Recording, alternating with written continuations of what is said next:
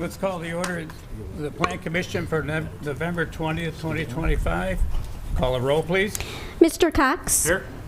Mr. Crumpton will be absent. Mr. Ulitz? Here. Mr. Martin? Here. Mr. Perez? Ms. Radakovich will be absent. Ms. Rohr? Here. Mr. Turk? Here. Chairman Kella? Here. Okay, we have a quorum. Next item on the agenda is approval of minutes. Is there a motion to approve the Planning Commission meeting minutes from October 16, 2025? So moved. Second. Call the roll, please. Mr. Cox? Aye. Mr. Ulitz? Aye. Mr. Martin? Aye. Ms. Rohr? Aye. Mr. Turk? Aye. Chairman Kella? Aye. Okay, motion carries. Next item on the agenda is citizens to be heard on agenda items. This section is for anyone wanting to speak regarding agenda items and are allowed a maximum of 4 minutes. It is not a question and answer period, and staff and the Plan Commission members do not generally respond to public comments. Also want to note, speakers who engage in conduct injurious to the harmony of the meeting shall be called to order by the presiding officer and may forfeit the opportunity to speak. One additional note, staff is recommending that 2 of the cases on today's agenda be deferred indefinitely. Those cases are PUD-7-25, Preliminary Plan Unit Development of Cumberland South 40 Unit 5, and then 2 companion agenda items together, A-4-25, annexation of approximately 793 acres surrounding South Rowell Road and Bernard Road with classification to I-1 light industrial zoning and approval of an annexation agreement, along with PUD-8-25, preliminary plan unit development of Joliet Technology Center subdivision. Anyone in attendance today who wishes to speak on those agenda items, now under citizens to be heard on agenda items would be your time to make comment on those cases. Anyone here for any of the other cases on the agenda, you're certainly welcome to make comment at this time as well. So having said all that, is there anyone who would like to make comments on citizens to be heard on agenda items? Do you solemnly swear to tell the truth, the whole truth, and nothing but the truth? So help me God. State your name, please. My name is Andrea Baumhart. I'm from North Manhattan Township, 16102 West Diane. I was here last month. I am concerned about that proposed data center. I know you guys are putting that on hold, but I still want to state my concerns again. I'm very concerned about the impact on our water pressure and our water quality and possible contamination that could result if that land was annexed and that data center was put in. That proposal states that that data center will be 800 acres approximately. We don't have a data center in our state that's 800 acres. They're all significantly smaller. The only one that's larger is for Yorkville, and that's proposed at 1,000 acres. So this is a really big one, okay? And with the amount of water that they use, I just don't see how Joliet can keep up with that. You guys are already contracted to run out of water and have to pump it in from the lake. So I'm concerned with my water table, the water table of my neighborhood, the outlying areas, like where is that water going to come from to cool that center, and what is going to happen to that water. Yorkville, which has various data centers popping up, they did have a water study conducted that was $250,000. They had the company that was putting the data center in pay for that. I'm asking that Joliet also consider doing a water study like that to determine the impacts, but you need to have it done by an independent entity. Okay, don't let them pick it out. And I also took the opportunity to drive to Aurora, where there is the Cyrus One data center up. A lot of residents have been complaining about it, complaining about the noise. So I drove up there to take a look at it. I hope you guys also take the opportunity to drive up there and check it out. It's actually on less than 50 acres. I parked on the residential street. I could hear it. You could hear the exhaust fans. I'm concerned about my neighborhood. I'm concerned about my community. okay? I'm going to live within 1 mile of this projected site. I'm not okay with it. We are already inundated with truck and freight traffic, and enough is enough, okay? It's too much for our community to withstand. I'm asking you to permanently end this project. Thank you.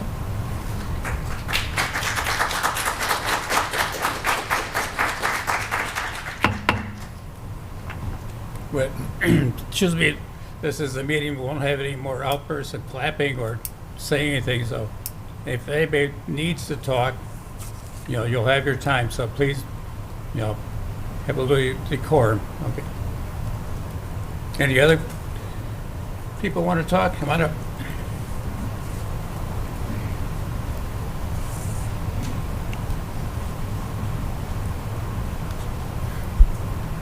Do you solemnly swear to tell the truth, the whole truth, and nothing but the truth? Yes, State your name, please. Jenny Lester. I live in Joliet, but I have 9 beehives out in that area, and I have grave concerns over the effect of this data center on the health of the bees, and I know how much the farmers depend upon the bees being healthy, so I am very much opposed to having this there, this data center. Thank you.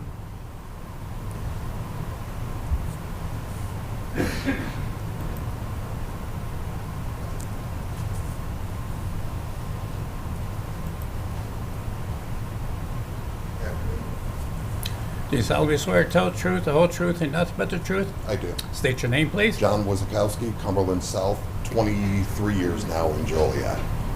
I understand the continued development of the land that's attached to Cumberland South. My concern is that it follows the same zoning plan that it has all along. I understand there was talk of multifamily homes going into the area. No one that I've talked to in the area is happy with that. Single-family homes, great. We understand when we bought, that was the plan, and then in '08, everything kind of went south.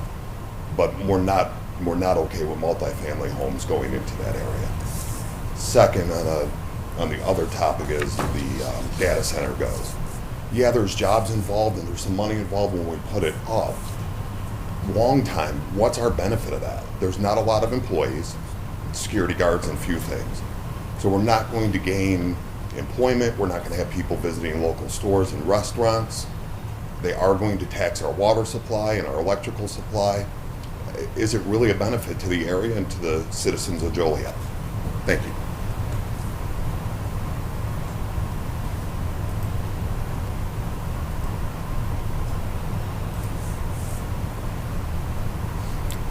Do you solemnly swear to tell the truth, the whole truth, and nothing but the truth? Yes. State your name, please.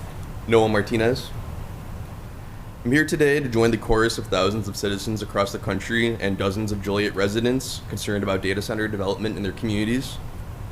I'm of course referring to HW Technology Park Development's proposed data center here in Joliet.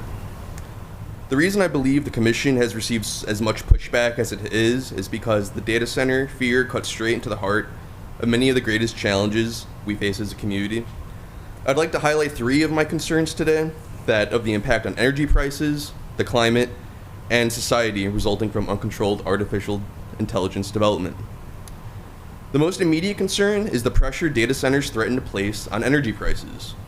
We are currently undergoing a crisis of affordability, largely beyond the scope of the decisions made in this room, but the city has a responsibility to not exacerbate this problem by refusing to permit data centers that create a significant demand for electricity without first building the appropriate infrastructure. There is evidence of an enormous AI bubble within the economy. What this means is that the wealthy are hinging their fortunes and the economic well-being of this country on unabated AI development. I would be skeptical of any data center in a rush to develop in Joliet or anywhere else. Any developer's projection on the impact of energy prices must be met with a thorough independent review to guarantee zero impact to the energy bills of Joliet residents and surrounding communities. My second concern is intimately related to the first, but with less immediate impacts on the community, that being climate change. In order to meet the enormous energy demands of AI, I fear that those demands will be met not only unevenly, resulting in higher energy bills, but also through extensive use of fossil fuels, setting us backwards on our transition to green energy.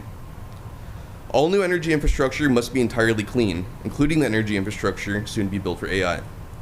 The federal government has given up all hope of a green energy transition, and while the Illinois General Assembly has recently taken great steps, Joliet must do what it can by refusing to permit data center projects which create a significant demand for electricity without reasonable plans for that demand to be met entirely with green energy.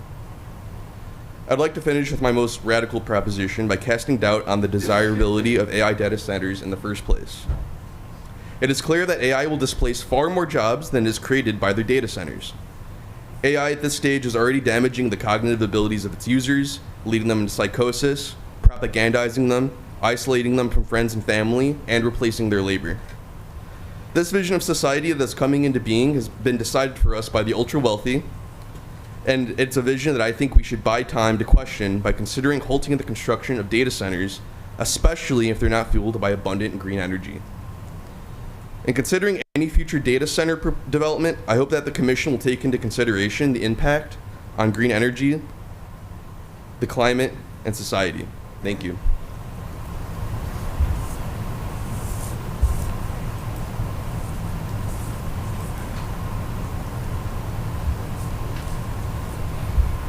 Do you solemnly swear to tell the truth, the whole truth, and nothing but the truth? I do. State your name, please. My name is Abby Vollmer. I am a citizen at Elwood, but I'm also a part of this Joliet community. I attended Joliet Public Schools, have many friends and families who live here in Joliet, and this proposed data center really scares me, and I feel that everybody in this room should be scared too. This data center will have effects on us all from Elwood to Manhattan, so I'm here to ask you to not just defer, but to put a complete end to the debate. At Daily Center here, you would use up to 4,200 people's daily water consumption in just one day, or 550,000 gallons of water daily. For reference, Elwood's current population, according to our last census, is 2,229, meaning these data centers will nearly double our daily consumption in a single day. Now, I know it can be hard to imagine what that might look like for surrounding communities, so I really implore you, if you've not heard of Miss Morris from Georgia, she lives right on top of one of these centers, and the BBC recently did a very sad video about her life next to them. Miss Morris spends her retirement days filling her water containers just so she can live in her home. Buckets are needed for daily activities we definitely cannot live without. It takes her hours to fill a single bucket enough to flush her toilet, to cook with, and to drink. And what water she does gather has this disgusting rusty orange sediment in the bottom that I would be fearful to drink and would not want anybody in my community to drink either. When she does have water running, it looks like a pathetic leak instead of that steady stream we all expect and deserve to have when we turn on our tap. Additionally, these centers use a substantial amount of energy, and what they rely on local grids that are available. Yet another resource that the people of Elwood and Joliet will have sucked away from them. There is a lot of research and first-person reports about how disruptive these centers are to home electricity. Surges, outages will affect all of us. Things like our appliances and heating and cooling systems will be taking the brunt of these surges and outages. I think that this will affect everyone's overall capabilities to stay and live in their homes. I think the people of Elwood are wonderful and they're hardworking, and we deserve to stay in our homes. Elwood is a beautiful community. It's where my father grew up, where my aunts and uncles grew up, where my grandparents decided that they wanted to have a better life for their children, where I hope to one day bring up children of my own, but I can't if it's not safe. If the air is going to increase lung irritation and asthma in my children and myself, if the water is going to become undrinkable and difficult to obtain, or if electricity in my home is going to be 50-50. We are people, and we deserve fresh water, we deserve clean water, we deserve clean air and reliable power sources. The farmers in my community deserve to be able to work the soil instead of covering it up with warehouses in this data center. I implore you to please make your decision with empathy, to think about us, and to please just vote no. Thank you for your time.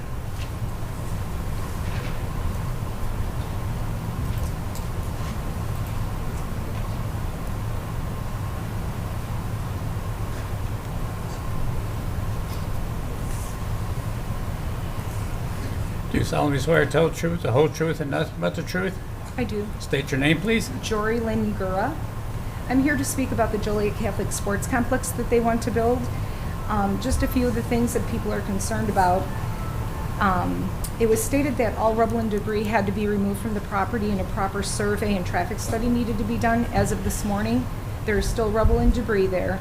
The traffic studies that they've done, the first one they did was in June when none of the schools were in session. The second one they did was on a Friday from 4 to 7 and a Saturday from 10 to 2. 4 to 7 on a Friday, school traffic gets out at 3. So if they started it at 3, the numbers would be much higher. If there's a 5 o'clock game at that football field, people aren't going to come at 4:30 or 5 o'clock. They're going to be coming in at 2:30, 3 o'clock, and it's going to be constant. They need to include that type of traffic when the schools are getting out.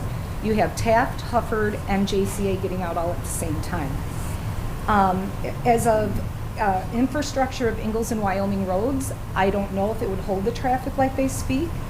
Wyoming is a 2-lane road with a hairpin curve going to 30, and they're going to use that as one of their main exits. There's a lot of traffic accidents there now. We want to know where all the buses, the tailgaters, where are they going to go? Are they going to have room for them? Some of the big games, they come in motorhomes. You know, this is a high school. They want to put it in the middle of a neighborhood. Who's going to be responsible for the cleanup of our neighborhoods and the roads? Other thing is, who's going to be policing these cars? They hold games, a lot of people hold games at Joliet Memorial Stadium. There's people in the parking lot drinking and everything. Who's going to police that on high school grounds? The other thing is, has there been an asbestos abatement done?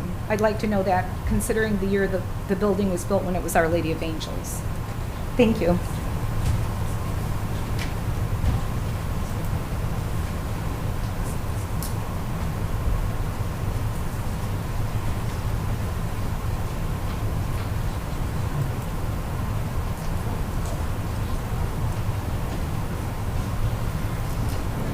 Do you solemnly swear to tell the truth, the whole truth, and nothing but the truth? I do. State your name, please. My name is Marion Corley. I live in Joliet, District 5. And I am speaking with regard to the items A-4-25 and PUD-25. I know that these items are now deferred indefinitely. And I'm kind of hoping that the comments made by the public at the last Plan Commission meeting had some influence towards this decision. And I thank the Plan Department for their recognition that additional analysis is needed to evaluate the preliminary planned unit development of Joliet Technology Center.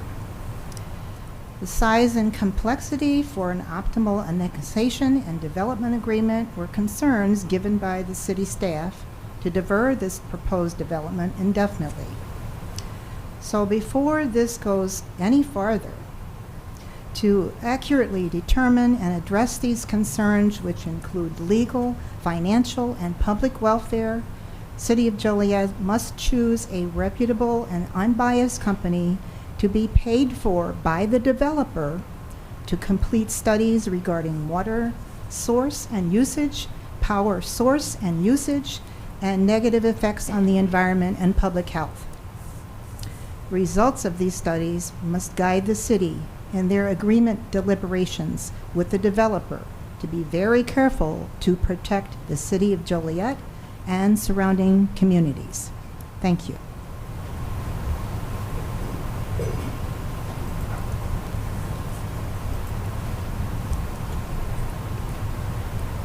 Do you solemnly swear to tell the truth, the whole truth, and nothing but the truth? State your name, please. Laura Heydrich. Ken Heydrich. We're here to speak about the data center as well. I just want your council to understand that this is not just a Joliet problem. This is a Will County problem. And with all of the electricity that it's going to need, I know you guys have probably heard about the energy company with all the solar panels that they're putting in everywhere.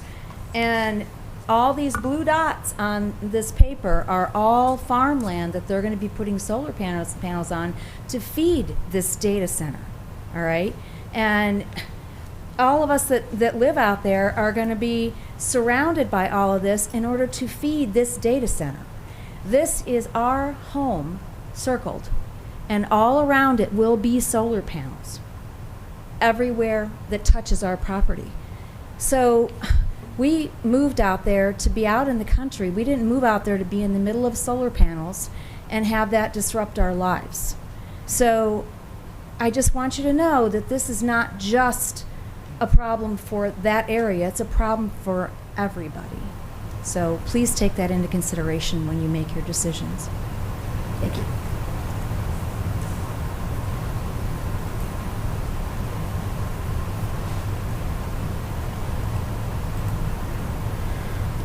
You solemnly swear to tell the truth, the whole truth, and nothing but the truth? Yes, I do. State your name, please. My name is Victoria Zlock. I live in Joliet. I've been here for about 25 years.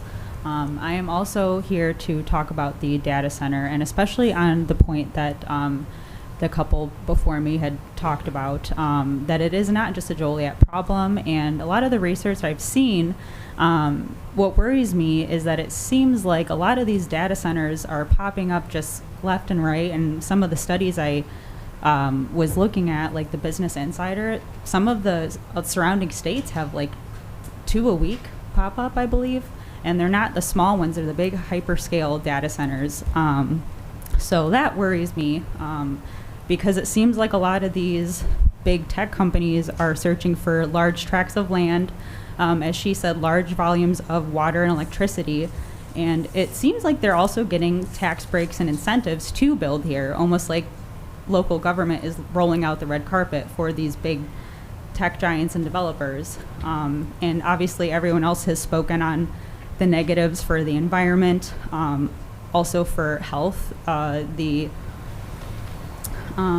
American Public Health Association did a study about the droning from the air conditioning units that are needed to power these large centers, and exposure to chronic noise, like long term, can cause cardiovascular disease, metabolic disturbances, sleep deprivation, anxiety, depression. So I am just here with everybody else to take a stand and say, please consider the people of Joliet, because these long-term benefits only benefit the big tech companies and not the people that lived here first. Thank you for your time.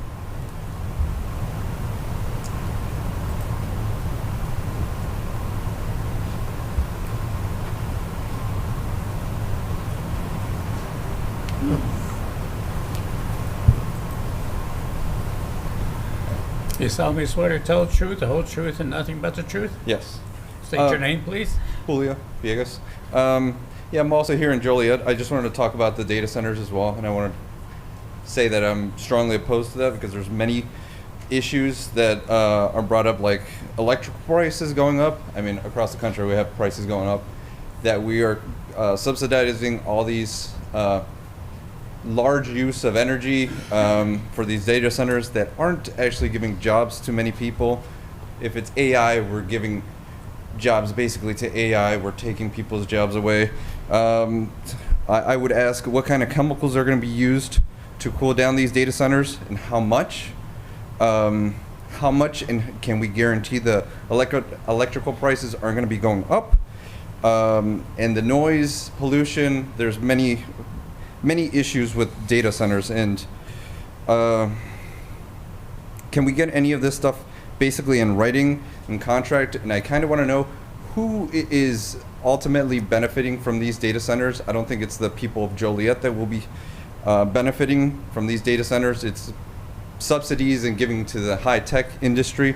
So possibly what other politicians might be getting this kind of money for bringing in data centers for this area. We have, in Will County, we've had other areas and districts saying that they're kind of been duped having data centers brought in. So I'd like to hear what you guys think about all that. And again, I just wanted to say I oppose the data centers. Thanks.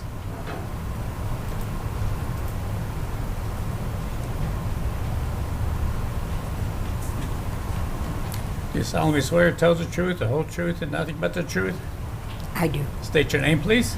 My name is Vivian Brown, and I live on the corner of Wyoming and Colorado. And I'm here to strongly express my hope that the stadium that is being proposed by Joliet Catholic Academy will not be built in our neighborhood. Our neighborhood is a small, quiet, very residential community. I've lived there for 25 years, and I really appreciate the quaint smallness of the area, and I don't think the stadium would be beneficial for our neighborhood. I really think it would be detrimental, and I'm hoping that they will not build the stadium. Thank you.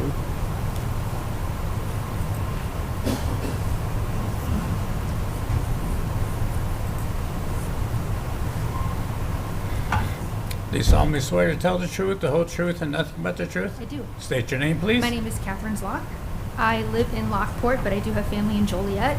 Like the couple said before, it doesn't just affect Joliet, this affects all of Will County.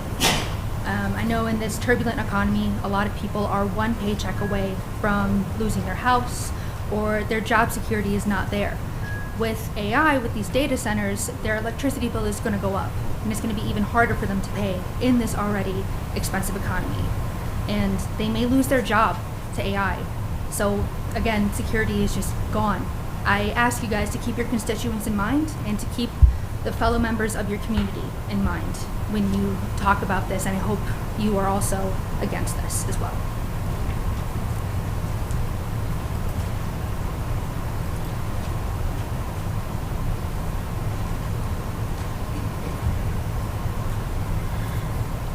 Do you solemnly swear to tell the truth, the whole truth, and nothing but the truth? I do. State your name, please. My name is Diane Matter, and I reside in Joliet. Lives in Joliet are about to change, and not necessarily for the better. This 798 project will bring 24 massive warehouses impacting our community significantly. Environmental concerns are huge. We're talking massive energy consumption, contributing to greenhouse gas emissions, and straining our water resources. The carbon footprint of this project is substantial. Data security risks are also a worry. With so much data stored in one place, we're a bigger target for cyber threats. And what about when things go wrong? Our local infrastructure isn't equipped to handle major disruptions. The impact on our community is another issue. We'll see increased traffic, noise pollution, and strain on our roads and services, not to mention the visual impact with 24 warehouses that will change the landscape forever. And let's talk about economics. The benefits of this project are unclear, but the costs are obvious. Our schools, hospitals, and emergency services will feel the strain. And for what? A few jobs that might not even go to our locals. We need to think carefully about what we want for Joliet's future. Is this really the best use of our land and resources? We should consider the long-term effects and make informed decisions that benefit our community. Thank you very much for the time.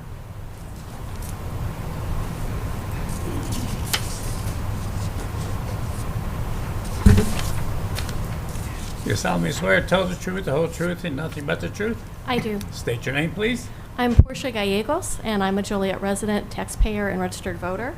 I want to thank you for taking time to listen to everybody today, and I want to emphasize that I am very grateful that staff is recommending that for subject A-4-25, that it be delayed indefinitely.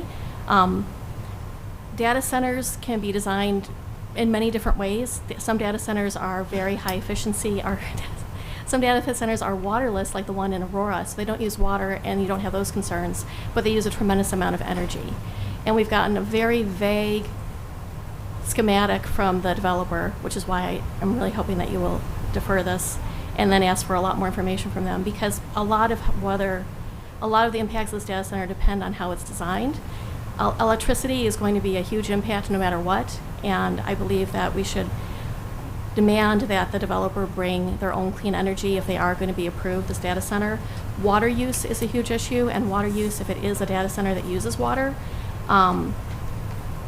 even if it's treated Joliet wastewater, when it comes out, it's usually contaminated by PFAS, and then you have the issue that PFAS contaminated water is being released into our local rivers and waterways, which causes damage to all of us.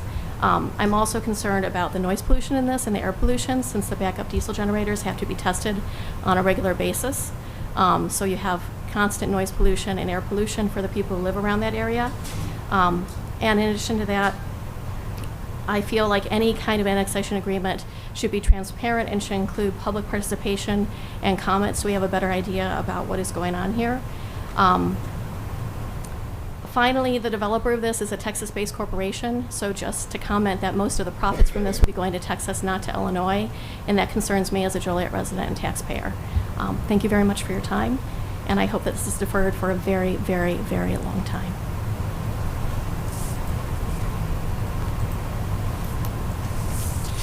Do you solemnly swear to tell the truth, the whole truth, and nothing but the truth? I do. State your name, please. Francesca Cesario. I oppose the data center. With the pollution it releases, it can cause lung cancer, heart attacks, worsen asthma attacks. It does not benefit anyone in the area and only benefits the ultra wealthy. So I oppose the data center.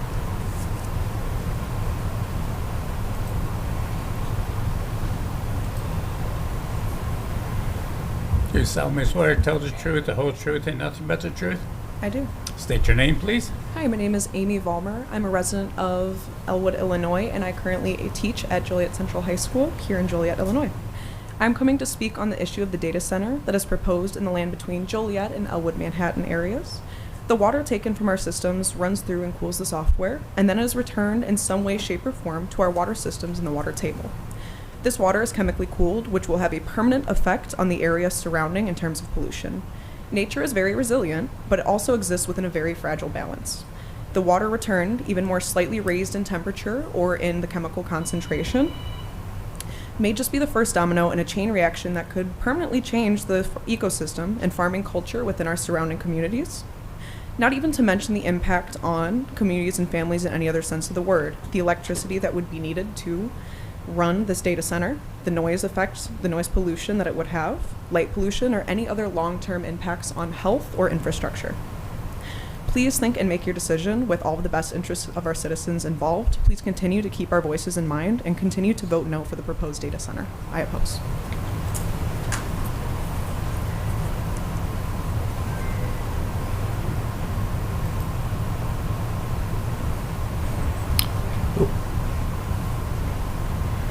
Do you solemnly swear to tell the truth, the whole truth, and nothing but the truth? Yeah. State your name, please. Carly Bornson. I'm here to oppose the data center too, and I just wanted to echo what everybody else says, that there's way more cons than are pros, and it will only benefit the mega companies that want to build this, and to want to encourage you to make your decisions with, not as like politicians, but as fellow community members, and just think about all the people who have spoke before.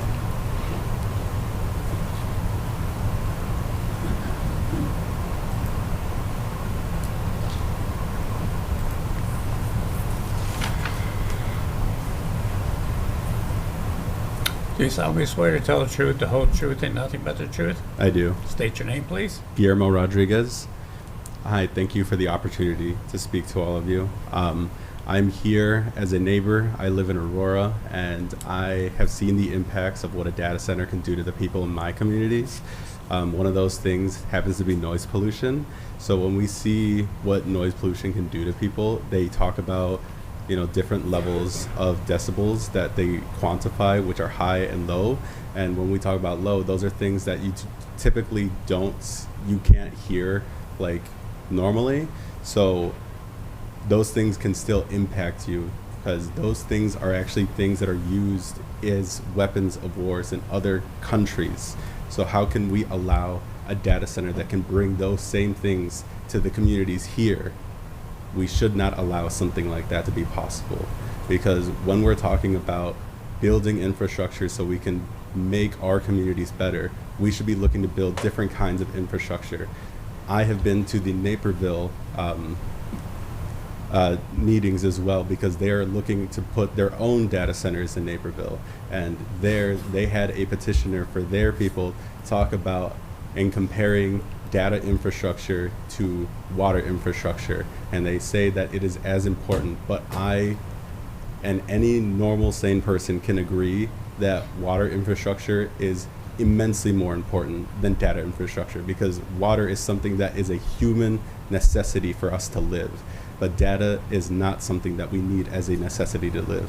And I'm not saying that these are things that we shouldn't think about maybe having in a small scale, but at the scale that they're trying to build here in Joliet, it's just unfathomable to bring these things to these communities. Thank you.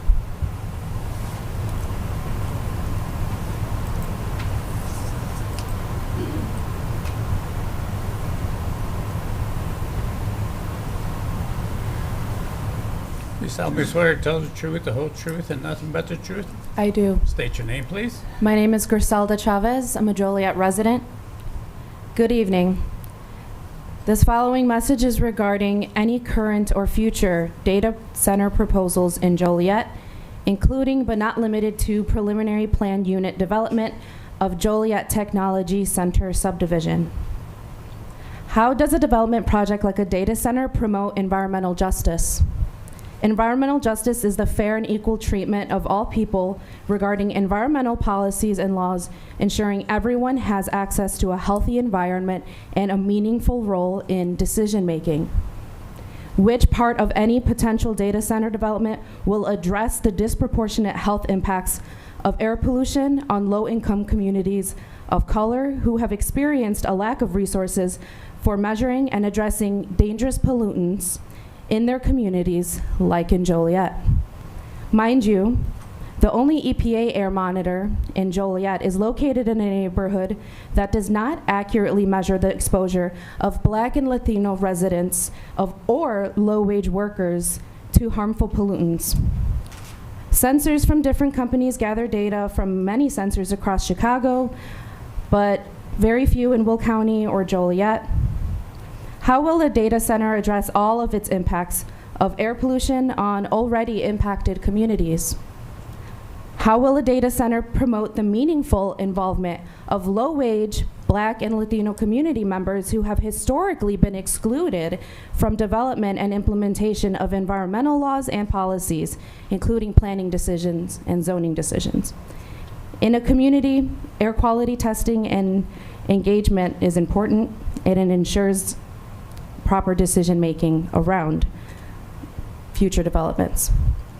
Will any consideration be made that a data center would be located in Will County, home of the largest inland port in the United States, and it would be situated near a planned warehouse business park by North Point Development, which has already faced opposition from residents in the area, which was ignored? Does Joliet really need to be home of the most ambitious data center proposal? This is more than concerns for electricity load, water use, and infrastructure demands. While all three of these aspects should remain in consideration by the Planning Commission for any decisions, it's important to know people clearly do not want out-of-state developers reaping any economic benefits from our lands and natural resources in Joliet. This is beyond a city-level issue. This is a regional concern. This is a Will County concern. So just remember, the decisions you make are more than just attempts to bring in revenue and profit to a city. When any potential development agreement comes forward, people should be placed over profit. As with a role that is a component of public service that directly shapes our lives, as public service professionals responsible for guiding development to meet community needs, I hope that you hear our voices and hear the voices you have heard tonight. Thank you.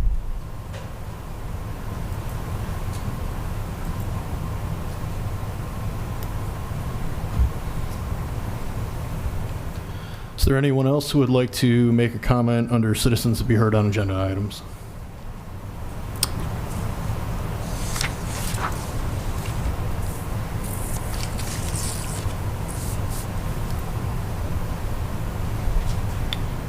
You solemnly swear to tell the truth, the whole truth, and nothing but the truth? Yes. State your name, please. Andrew Engelbrook. I am chair of the Green Party of Will County and a member of DSA.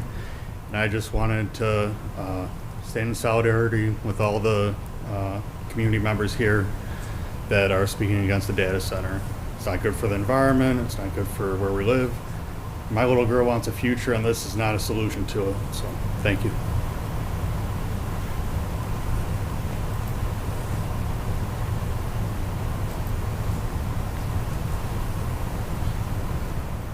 Are there any other comments?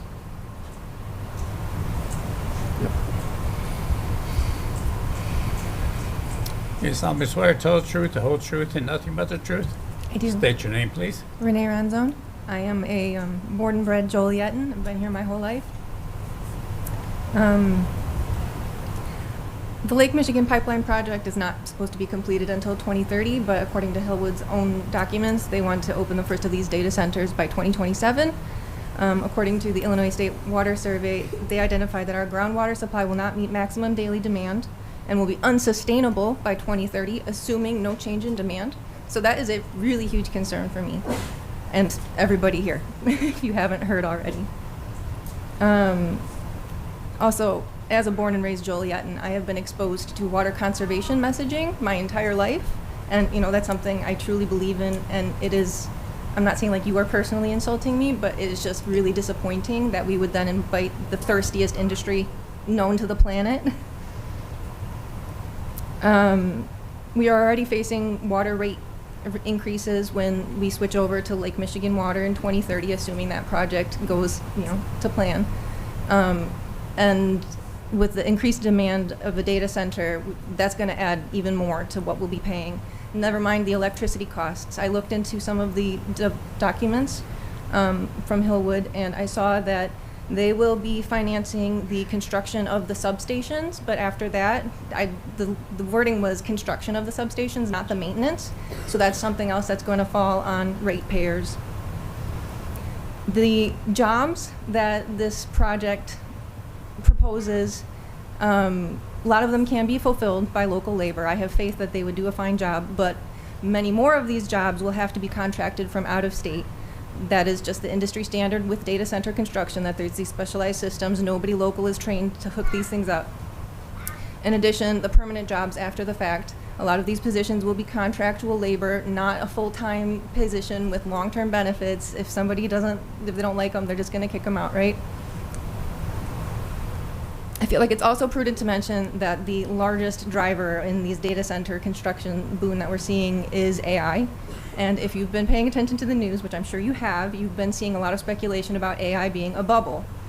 Whatever revenue the city of Joliet has been promised is not going to actualize, because this bubble will pop. And while a data center is still a valuable asset, there's a glut of data centers already. And supply and demand, when there's a high supply, people aren't going to pay very much for your cloud storage solutions. I think that was everything I wanted to say. Thank you very much.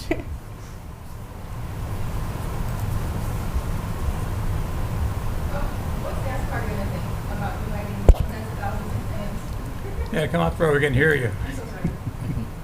And, what is NASCAR going to think about inviting tens of thousands of fans into a construction zone for the foreseeable future? I was really excited that they put us back on the circuit. I thought the Chicagoland Speedway was going to be defunct forever. So, do they know?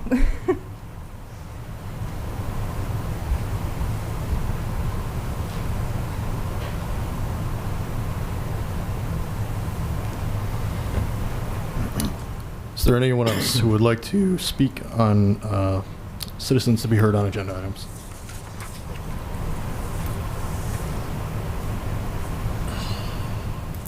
Okay, seeing none, we will move on with the agenda. Next on the agenda is old business public hearing. The first case, sorry. We have an additional comment. Hi, good evening, everybody. Jan? I'm Councilwoman Jan Quillman. I'm sorry, it's Councilwoman Jan Quillman. Do you solemnly swear to tell the truth and the whole truth and nothing but the truth? I certainly do. Thank you. Anyway, I'm here to speak on the JCA Stadium. I'm sitting here listening to everybody here, and as I go on here, I'm very upset about this because, let me just say this. There's 5,500 seats with standing room for possibly 7,000. This is an established, older neighborhood. Most of the homes there do not have driveways. They just park on the street, and if you have a two-car house, it adds up on the street. And I mention that because I know when JCA High School is in session, a lot of the kids can either pay to park on the school parking lots, or mostly they park in the residential areas, and that causes a lot of congestion. However, I do know that the attendance is down this year quite a bit. So this football game saying is 4 to 8 football games a year. Really? Come on. 933 parking spaces for football, and 4,400 people in attendance would draw. And that would be, and there would be standing room only for the spillover. Now, I attended the meeting at JCA a couple months ago, and the plan is not just to have football games there, okay? They, for example, talked about bringing back the Joliet Women's Softball League so that they can have more games there. And I don't understand how you want to put this kind of money for a stadium and parking lot for 48 football games a year. Come on. It's not cost effective. Not cost effective. So I believe that this will be also rented out for other games coming into town, or other, perhaps, other schools wanting to play there. But my problem is, these people that have lived there, you're going to disrupt their quality of life in a well-established, well over 60, 70-year neighborhood. Now, these folks have lived there for a long time. They didn't ask for any bright lights, any extra traffic, extra parking. It's going to disrupt their lives when they can't find a place to park on the street because they don't have a driveway. And this has happened time and time again. I've witnessed it many, many times. So I'm asking you to please, you know, with all the lighting and everything, we really need to take a better look at this. And as I was reading this proposal today on the staff, it says it's just like in Chicago, where you have many things in Chicagoland neighborhoods. Well, this isn't Chicago. This is Joliet. And that's why people move here, because we're not Chicago. We don't run our business like Chicago. It's a nice place to live, and everybody knows everybody and gets along. So I know I'm not being very popular here right now, only for the residents. However, again, I wish you would reconsider to postpone this, because I do know that the traffic studies weren't done properly. They were done when there was construction going on and when the school was out. And it seemed all very secretive to me. So, as representing my constituent as council at large, I would ask you to reconsider this and possibly postpone this until we get the accurate data from the people that want this. And I might say a lot of the alumni that are pushing for this, they don't even live in Joliet, or maybe on the outskirts of Joliet, but they do not live here. And most of the attendants that are coming now are people that live out of town. They're coming here because JCA is a good school. But many of our residents can't afford to send our kids there. Thank you.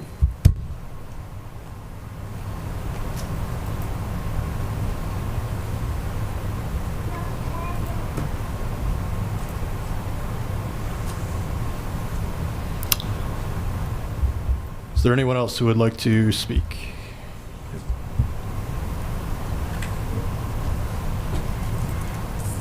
My name is Louise Converse. You solemnly and swear to tell the truth and whole truth, nothing but the truth?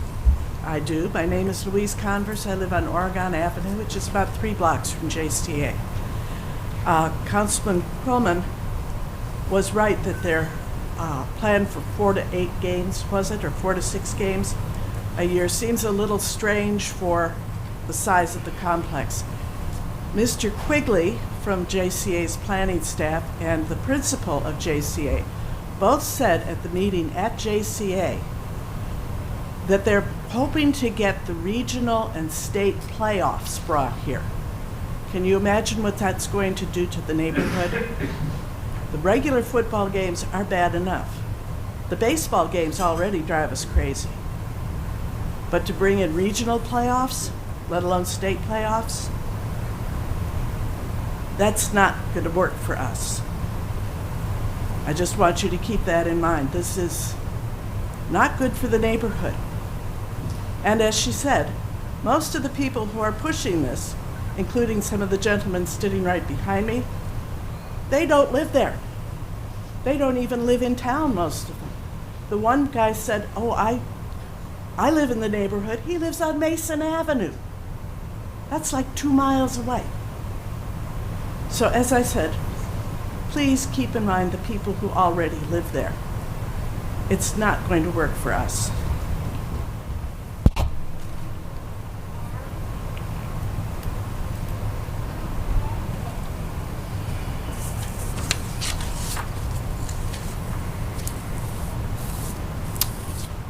Are there any other comments for citizens to be heard on agenda items? All right, seeing none, we're going to close that portion of the agenda and move on to old business public hearing. First item under old business public hearing is FP-4-25, final plat of Laraway A&R Pipeline TC Energy subdivision. The applicant is Andrew D. Black, representative for A&R Pipeline TC Energy. Status of the applicant is developer. A&R Pipeline TC Energy is also the owner. Requested action approval of a final plat of subdivision. Purpose to create a 2-lot subdivision for future gas compressor facility. Existing zoning is R1B, single family residential. Location is 4101 South Cherry Hill Road. Size of the proposed development is approximately 79 acres. The existing land use is undeveloped. Under surrounding land use and zoning, to the north is agricultural R1B single family residential. To the south is agricultural R1B single family residential. To the east is agricultural County A1 agricultural. And to the west is agricultural County A1 agricultural. Under site history, the subject property is located at 4101 South Cherry Hill Road. The property was originally annexed in the city in 2006 at the request of the property owners who intended to develop the property as a future single-family residential subdivision, pardon me. The property has remained undeveloped agricultural land since its annexation. The requested final plat would create 2 lots on the existing 79-acre parcel with future development of a gas compressor facility on the smaller 20-acre lot shown on the plat as Lot 2. A preliminary plat of subdivision was approved by the City Council on October 15, 2024. Approval of the recording plat of subdivision by the City Council will be required before building permits for the site can be issued. Under special information, the proposed gas compressor facility would be utilized to assist in the transportation of natural gas through an existing pipeline system that crosses the northern portion of the subject property. The facility is a necessary piece of equipment to ensure the continued operation of the pipelines and the supply of natural gas to the public. The underlying zoning designation for the subject property is R1B single family residential. However, the proposed gas compressor facility use is classified as an essential service and is allowed in any district insofar as it is permitted, authorized, or regulated by law or other ordinance. The facility would consist of a main building where the gas compression would take place, in addition to a few small accessory buildings for storage and potentially another building for staff operations. All compression would take place within the main compression building. However, certain above-ground piping and equipment adjacent to the main building would be necessary. Buildings within the site would be serviced with well water and septic infrastructure, since both water and sanitary sewer mains for the city are over 2 miles from the site. County approval of well and septic infrastructure on the site will be required prior to construction of the main building. Petitioner has stated that the site would be staffed by no more than 10 employees at any time, and that vehicular traffic to and from the site would be minimal. Fire and gas protection systems would be put in place at the facility to alert on-site personnel of a fire or natural gas leak. These systems are designed to address hazardous conditions by automatically stopping the compressor units before dangerous incidents occur. The facility would be required to meet standards for its equipment from the Environmental Protection Agency, EPA, to reduce emissions of greenhouse gases and smog-forming volatile organic compounds, also known as VOCs. Noise levels from the facility would not be allowed to exceed a day-night average level of 55 decibels pursuant to interstate system regulation standards. Noise at this level is comparable to normal conversation or moderate rainfall. Subject property is surrounded by farmland on all sides. The facility, as proposed, would be approximately 0.6 miles west of an existing residential neighborhood in the village of Manhattan.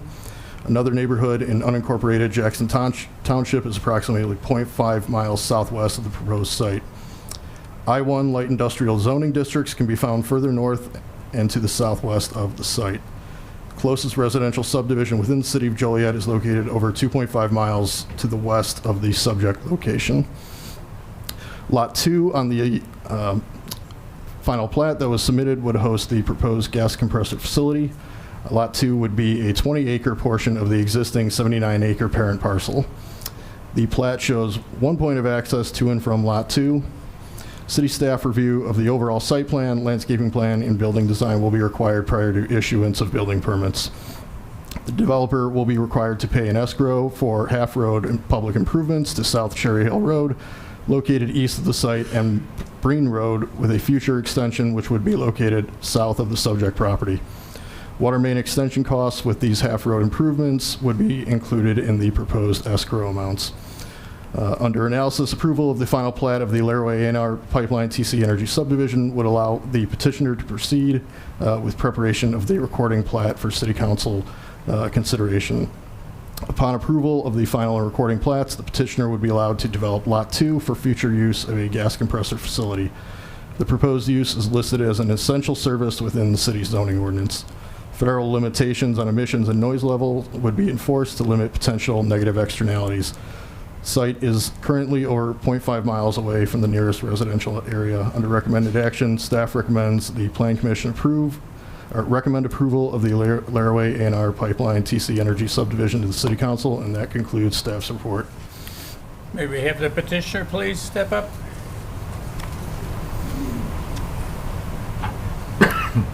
You solemnly swear to tell the truth, the whole truth, nothing but the truth? I do. State your name, please. Ian Black, TC Energy, A&R Pipeline. Anything to add to the report? I do not. Okay, any questions from the council? No? Any questions from the audience? Okay. Hearing none, got a motions in order for FP-4-25. So moved. Second. Call the roll, please. Mr. Ulitz? Aye. Mr. Martin? Aye. Ms. Rohr? Aye. Mr. Turk? Aye. Mr. Cox? Aye. Chairman Kella? Aye. That motion carries and will be put on a future City Council agenda. Please monitor the meetings and agendas webpage of the city website for more information.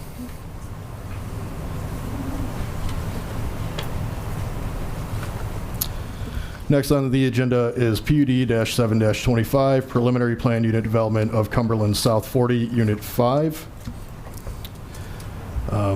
Under general information, the applicant is Leach Homes Incorporated. The status of the applicant is owner. Under special information, the applicant has petitioned for approval of the preliminary plan unit development of Unit 5 in the Cumberland South 40 subdivision.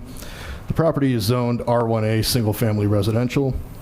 The proposal consists of 48 single-family residential lots on the remaining undeveloped property east of Cumberland Drive at Truman Drive. The layout and use are consistent with the previous preliminary plat approvals for Cumberland South 40, the first of which was approved in 2002.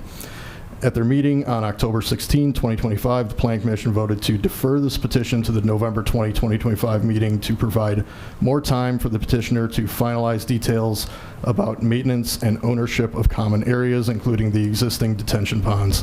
Since this information has still not been finalized, staff is now requesting that this petition be deferred indefinitely.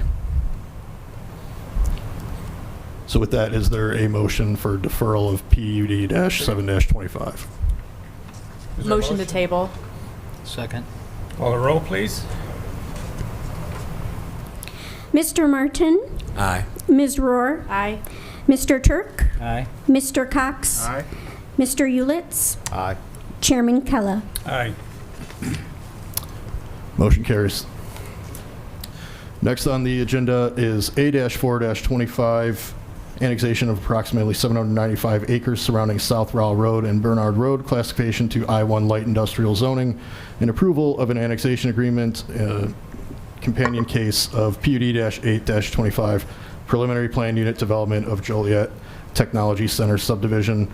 The applicant is HW Technology Park Development, LLC. Status of the applicant is contract purchaser. Under special information, city staff is requesting that the subject petitions be deferred indefinitely to give staff and the developer additional time to prepare the annexation and development agreement. Due to the size and complexity of the proposed development, additional analysis is needed to properly evaluate the subject proposal and to draft an optimal annexation and development agreement. Is there a motion to defer A-4-25? So moved. Second. Call the roll, please. Ms. Rohr? Aye. Mr. Turk? Aye. Mr. Cox? Aye. Mr. Ulitz? Aye. Mr. Martin? Aye. Chairman Kella? Aye. Motion carries. Is there a motion to defer PUD-8-25? So moved. Second. Call the roll, please. Ms. Rohr? Aye. Mr. Turk? Aye. Mr. Cox? Aye. Mr. Ulitz? Aye. Mr. Martin? Aye. Chairman Kella? Aye. Motion carries. Next on the agenda is old business. There is none. Following that, next on the agenda is new business. Public hearing. First item on the agenda is A-5-25, annexation of 580 Caton Farm Road, classification to B1 Neighborhood Business District, and approval of an annexation agreement. Companion case of that is PUD-9-25, preliminary plan unit development of 580 Caton Farm Road. Under general information, the applicant is Project Development Group, LLC. The status of the applicant is contract purchaser. The owner is David A. Ashby, Mark Ashby, Bonnie Pinot, and the Ashby Trust. Requested action, approval of annexation of 5 acres and classification to B1 zoning, and approval of the preliminary plan unit development of 580 Caton Farm Road, which would be a commercial subdivision. Under purpose to allow a commercial subdivision for a daycare and several retail and/or restaurant uses. The existing zoning is Kendall County A1 agricultural. The location is 580 Caton Farm Road. The size of the project site area is 5 acres. The existing land use is currently vacant farmstead. Under surrounding land use and zoning, to the north, residential containing detention ponds for the Autumn Field subdivision, R2 single-family residential zoning. To the south, undeveloped agricultural land containing R2 single-family residential zoning. To the east, residential homestead with Kendall County A1 agricultural zoning. To the west, undeveloped agricultural with RB restricted business zoning. Under site history, the 5-acre subject property is located within unincorporated Kendall County and currently contains a vacant farmstead. The property is located on the south side of Caton Farm Road across from the Autumn Fields Boulevard subdivision. The Clubland subdivision is located to the southeast of the property, and Autumn Fields subdivision is located to the north across Caton Farm Road. Adjacent to the west and south of the property is an 18-acre parcel that was recorded as a part of the Clubland subdivision neighborhood 1 unit in 2001. This adjacent parcel is currently undeveloped and has RB restricted business zoning on the north and R2 single-family residential zoning on the south. While the developed area directly around the subject area is residential, there are existing commercial developments on Caton Farm Road at the intersections with Ridge Road to the west and County Line Road to the east. The northeast corner of Ridge Road and Caton Farm Road contains a 3-lot commercial subdivision with B3 general business zoning, and the southwest corner of the County Line Road and Caton Farm Road contains a multi-tenant commercial center with B1 neighborhood business zoning. Additionally, Plainfield South High School is located west of the subject site at the southeast corner of Ridge Road and Caton Farm Road. Under special information, the petitioner and contract purchaser, Project Development Group LLC, proposes to annex the subject site with a requested zoning classification of B1 neighborhood business to allow a commercial center with a daycare facility, a retail building, and a restaurant building. The petitioner has submitted the proposal as a plan unit development, which will establish the site layout, landscaping, and other design elements for the entire property. The preliminary plan unit development will be reviewed with the annexation request. Future review of a final plan unit development will still be required. The preliminary plan unit development of 580 Caton Farm Road creates 3 commercial lots and 1 detention lot on a 5-acre site. Proposed Lot 1 is planned for a daycare facility with a 10,000 square foot building and 5,000 square foot outdoor play area. Proposed Lot 2 would contain an approximately 12,000 square foot commercial building for several retail tenants. Proposed Lot 3 would contain a 2,000 square foot commercial building for a restaurant tenant, and Lot 4 would contain stormwater detention for the entire development and would be collectively owned and maintained by all lot owners. The development is required to provide access to adjacent properties to the west, south, and east in order to minimize access points to Caton Farm Road. To provide future access to the adjacent properties to the east and west, the development will include cross-access easements along the east-west drive aisles on the north side of the site. At staff's request, the development includes a new north-south street that would provide access to the residentially zoned property to the south if it were to ever develop. The new street will be aligned with the existing section of Autumn Fields Boulevard to the north and will be dedicated to the city as public right-of-way. The Public Works Construction Ordinance requires local streets to have a right-of-way width of 66 feet. The petitioner is requesting a variation to allow the new street to have a reduced right-of-way width of 60 feet. Staff is not opposed to this request, as the right-of-way will still be an adequate size to serve the PUD in the adjacent undeveloped parcel. The right-of-way will not include space for public sidewalks. However, Lot 1 will include a sidewalk within a public sidewalk easement along the west side of the new street. A plan unit development request typically includes architectural plans for the proposed buildings. Elevations and floor plans are included for the proposed daycare facility on Lot 1. The petitioner has not determined specific users for the commercial buildings on Lot 2 and 3, so staff is not requiring those building plans at this time. The petitioner will need to amend the PUD in the future through the Plan Commission and City Council process once those design plans are available. The current site plan includes the building footprints for Lots 2 and 3 and has been designed to accommodate future drive-throughs for these buildings. Since the users are unknown, the petitioner cannot yet apply for the drive-through permits for these lots, but will need to apply in the future as needed. If a future drive-through approval changes the site plan, the petitioner will need to amend the PUD to reflect those changes. The proposed site plan includes adequate parking for the proposed uses. The daycare lot would contain 60 parking spaces, while lots 2 and 3 would collectively contain 66 parking spaces. The site may lose 3 to 4 parking spaces in the future if the access to the property to the east were extended to the northeast corner of the parking area. The daycare use requires approval of a special use permit through the Zoning Board of Appeals. The petitioner has submitted this request. That request was heard earlier today at the Zoning Board of Appeals meeting and recommended for approval to the City Council. The zoning ordinance requires that daycare facilities not be located within 40 feet of other lots with residential zoning. The PUD includes a variation from this spacing requirement to allow the outdoor play area to be within 40 feet of the lot line shared with the undeveloped residentially zoned property to the south. Staff supports this variation because it allows a safer and more practical site layout, and the petitioner is still providing a 15-foot buffer between the play area and the adjacent lot. A preliminary landscape plan is included with the PUD submission. The petitioner is requesting a variation to reduce perimeter landscaping from 30 feet to 12.5 feet along the north property line adjacent to Caton Farm Road. According to the petitioner, the site cannot accommodate the required parking and circulation for the proposed uses if the plan includes a 30-foot wide landscaped area.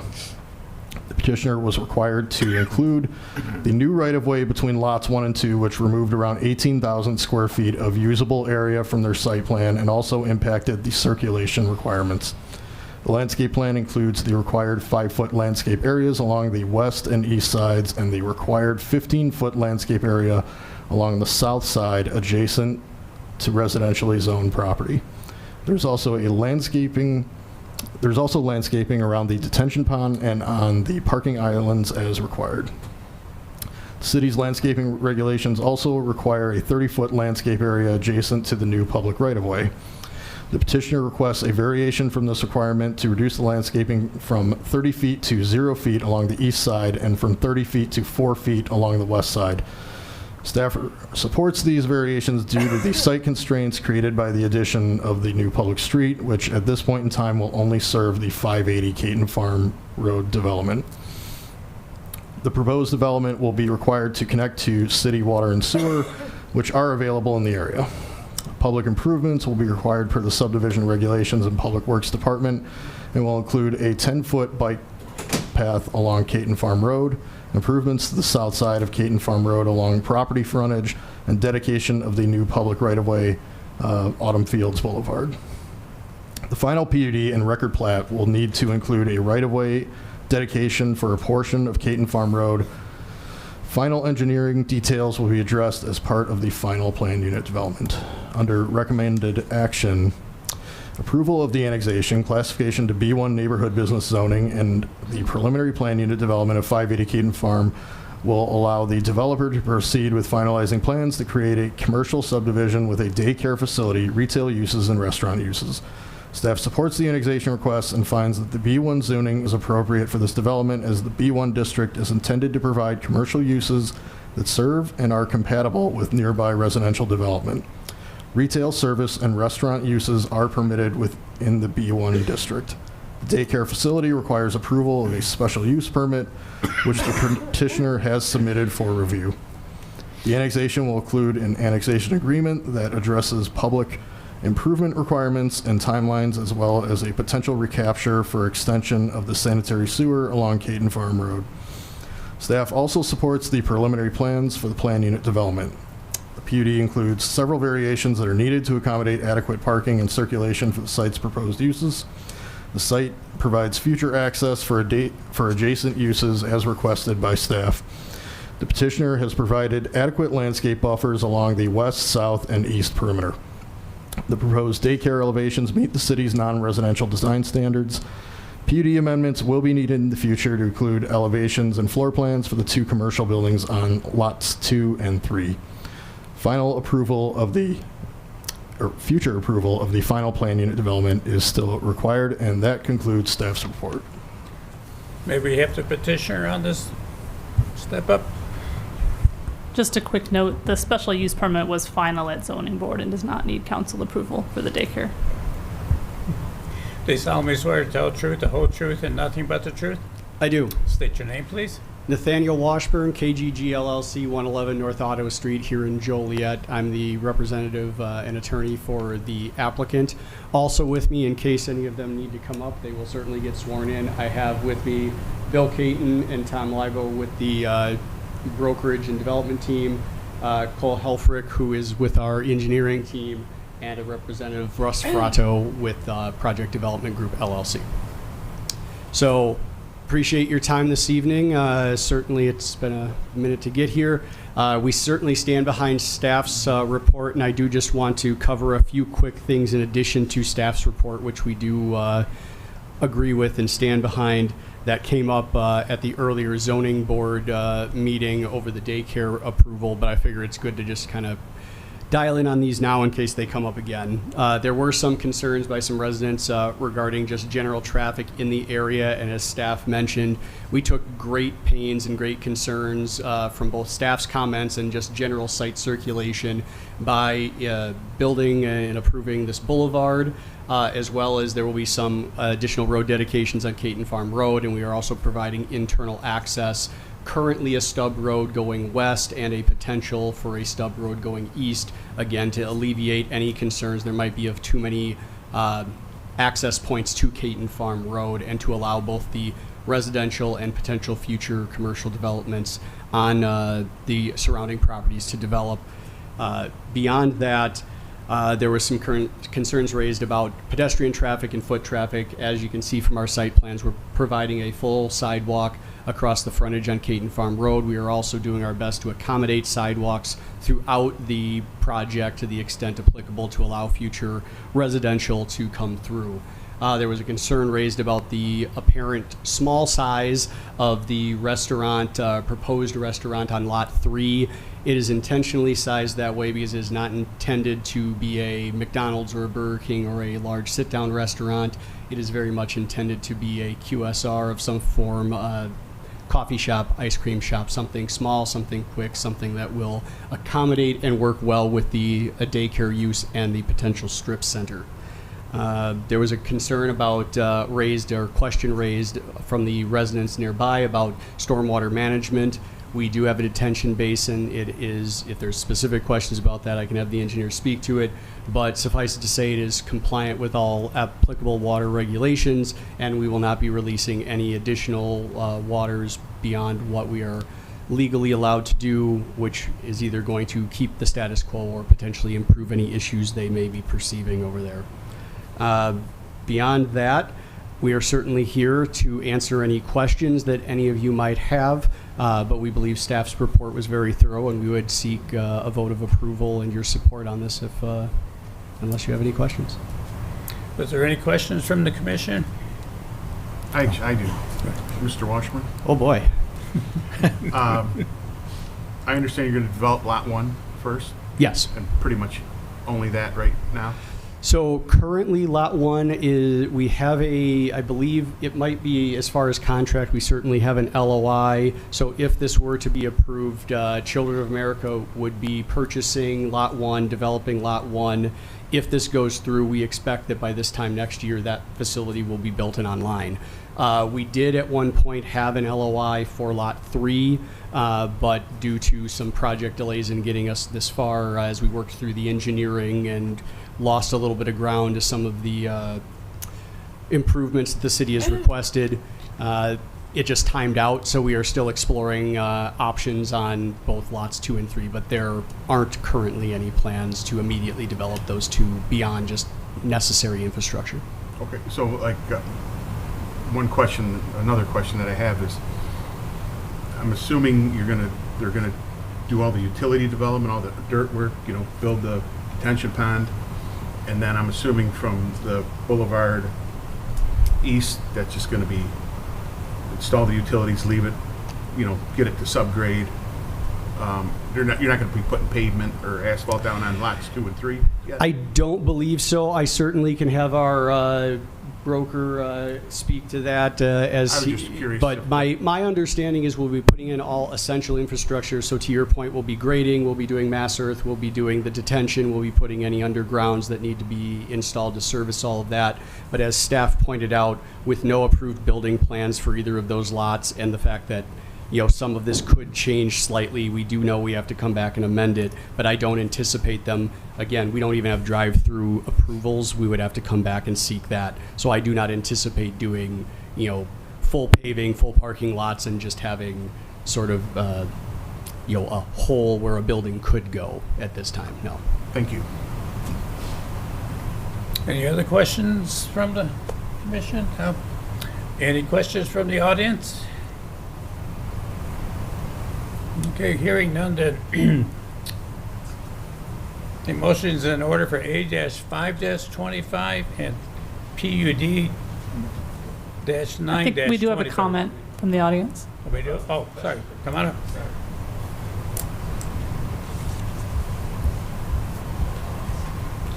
Do you solemnly swear to tell the truth, the whole truth, and nothing but the truth? Yes. State your name, please.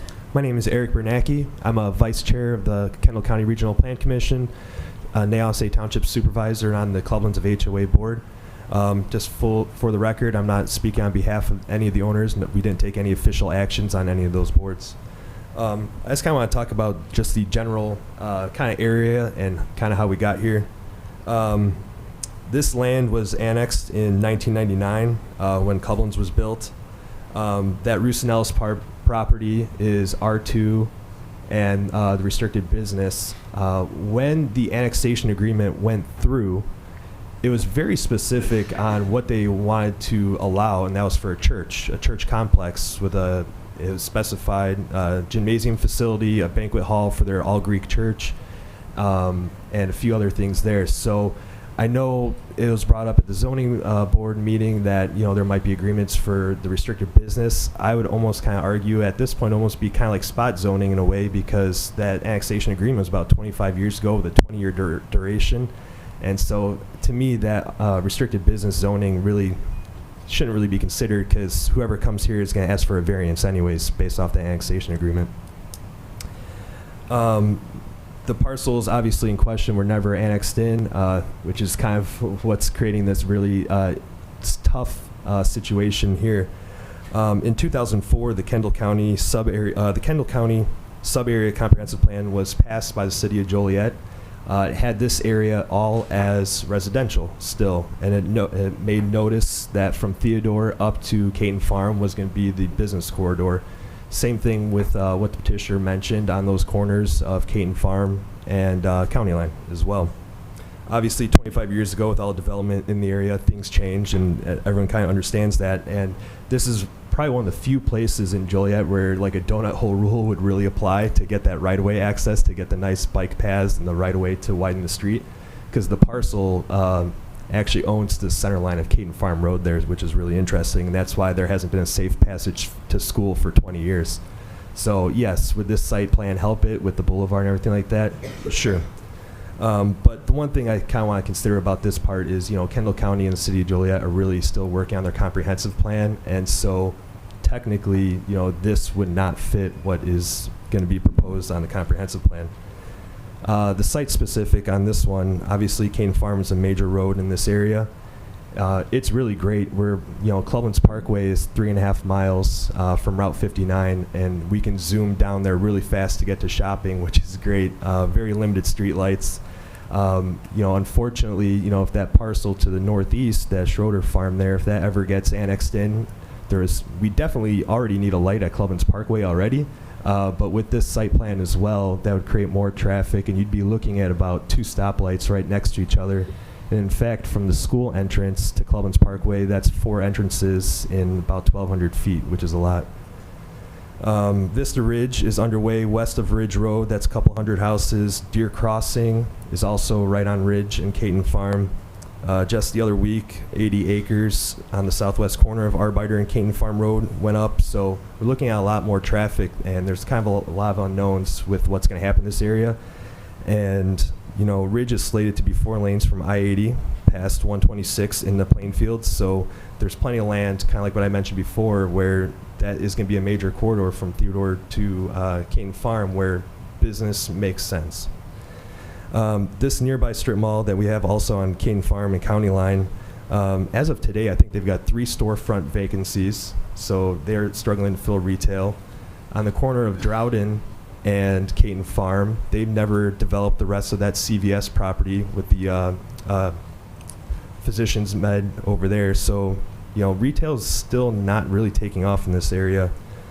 The inclusion of the B1 zoning, at least for the restaurant parcel, is very interesting because, when I looked at zoning and from the Google Maps, I don't think there's a mid-block quick service restaurant with a drive-through anywhere in Joliet. Outside of obviously 59 or 52 or, the big corridors like Route 30, but some of these kind of, I guess, collector streets that you would call them, there's nothing in the middle. Everything would be on a hard corner. So asking to put this in the middle between all the residences doesn't necessarily make sense. This would also be the only dedicated retail, I believe, west of I-55. So same thing. Not too many things are being built in between mid-blocks. The only thing I think on Caton Farm Road is by the bank that's right next to the ComEd lines and the fire station, which is just a weird pie-shaped parcel. But other than that, everything is typically on a hard corner, not on a mid-block. Even though this is near residential, it's not easily accessed. And when we think about retail or restaurants, you want something that people can walk to. It was referenced earlier, and I didn't see it on the documents, but this has a low walkability score, and the petitioner even said that this would be meant for people to drive to. There's no sidewalk dedication for the folks who are on Autumn Fields. So until the time that a stoplight would be put in there at some point, they would not be safely crossing the street. That's about 5 lanes that to be going across.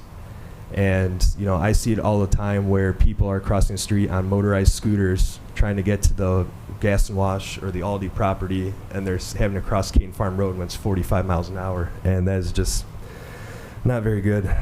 The surrounding farmland around this, the Roosonel's property, they're still actively farming it.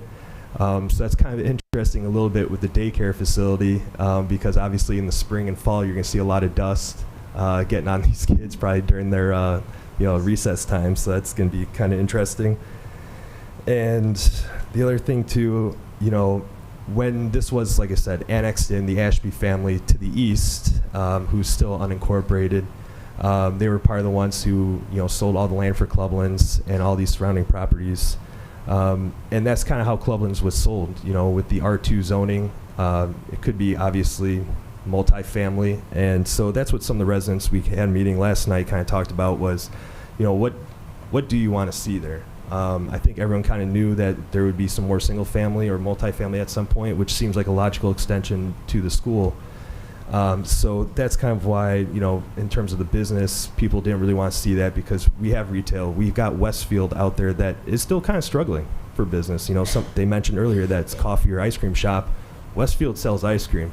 If they go out of business, then we have another empty storefront on a major intersection. So there's a lot of things to consider on this, and thank you for your time. Appreciate it.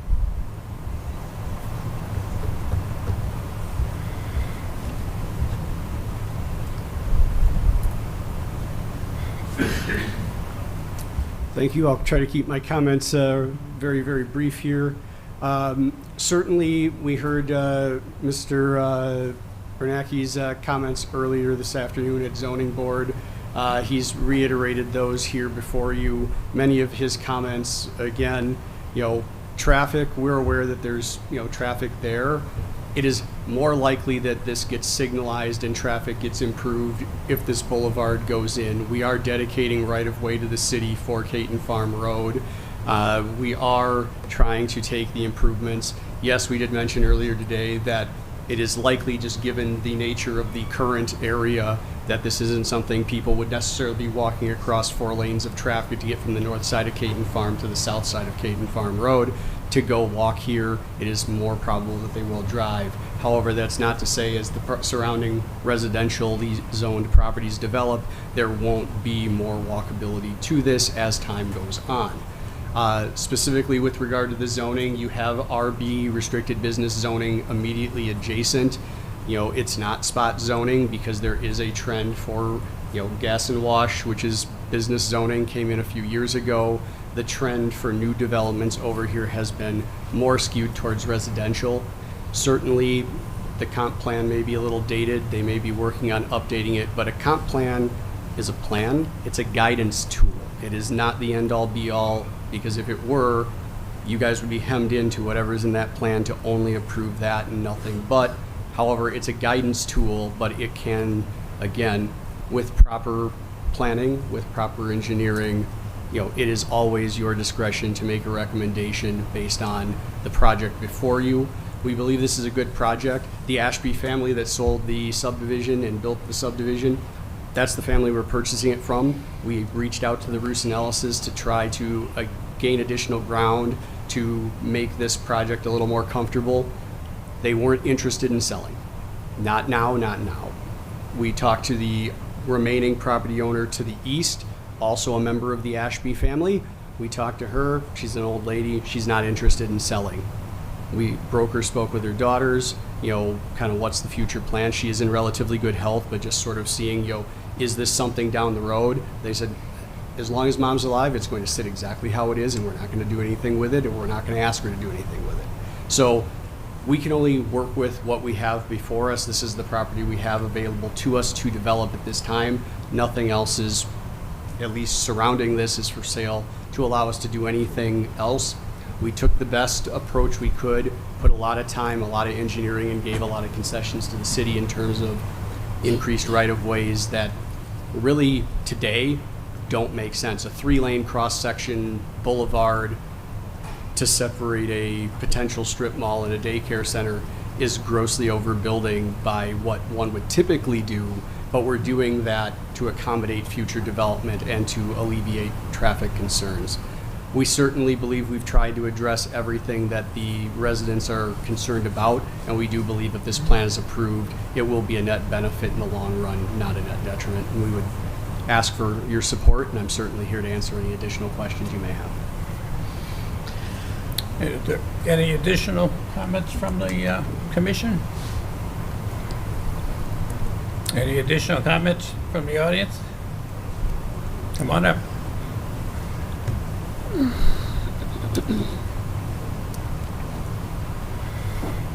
Please solemnly swear to tell the truth, the whole truth, and nothing but the truth. I do. State your name, please. Bill Caton, representing both the landowners, the Ashby family and their trust. And I just wanted to give a couple of additional information for your consideration. Mr. Washburn has covered 99% of everything. That's why we have him up here. But the additional background, I've worked with this family for about 4 years, the Ashby family, to find a suitable use for their property. The house on there is the original house from the farm. It was built in the late 40s. It has a lot of repairs needs, basement problems. We were unsuccessful at selling it as a residential or as an A1, staying in the zoning, even though we had landscapers and different people that could have, located there without coming to you for any changes. But the property itself, the house, didn't lend itself to that. So the highest and best use for this property, in my opinion, after working in this market for about 40 years as a broker and an owner of property and developments myself, is for commercial, right? It brings them the highest value for their property, and it fits into this category, into this neighborhood. The development around the Caton Farm Road and Ridge Road is expanding. There is need for additional services. It's a little green right now, and which is why we're not standing in front of you with a plan for the whole thing, right? We're letting the market mature. We don't need a mature market for Children of America. Children of America has been trying to come to this site. They've done their due diligence on the site, and they wanted to be here 2 years ago. I had another developer that fell through. It was actually going to be a Dunkin' Donuts. They saw the value. The current development there with Gas and Marsh, another franchisee from Dunkin' Donuts got inside there, which killed our deal with Dunkin' Donuts. If that hadn't happened, if somebody's sandwich shop went in there except Dunkin' Donuts, this would have been in front of you 2 years ago with the Children of America and the Dunkin' Donuts. So that tells me that this site is actually the highest and best use as commercial. The second thing I wanted to bring out is that in this area, within the 3-mile area, and you guys are seeing this, there's about 1,000 homes that are currently being built, or planned to be built within the next 3 years. So this market is going to explode. It's going to need neighborhood services. Not everybody wants to drive down Caton Farm Road to 59 at one of the busiest intersections in Will County, which has a very high accident rate, and fight that traffic to get down there to businesses. So if they can find service businesses in this area, which I expect that will happen, they're going to take advantage of it, for the convenience. This will be a convenience service center. As far as the mid-block theory, and I respect the gentleman's opinion on that. We had a different site plan for this. It didn't have a boulevard.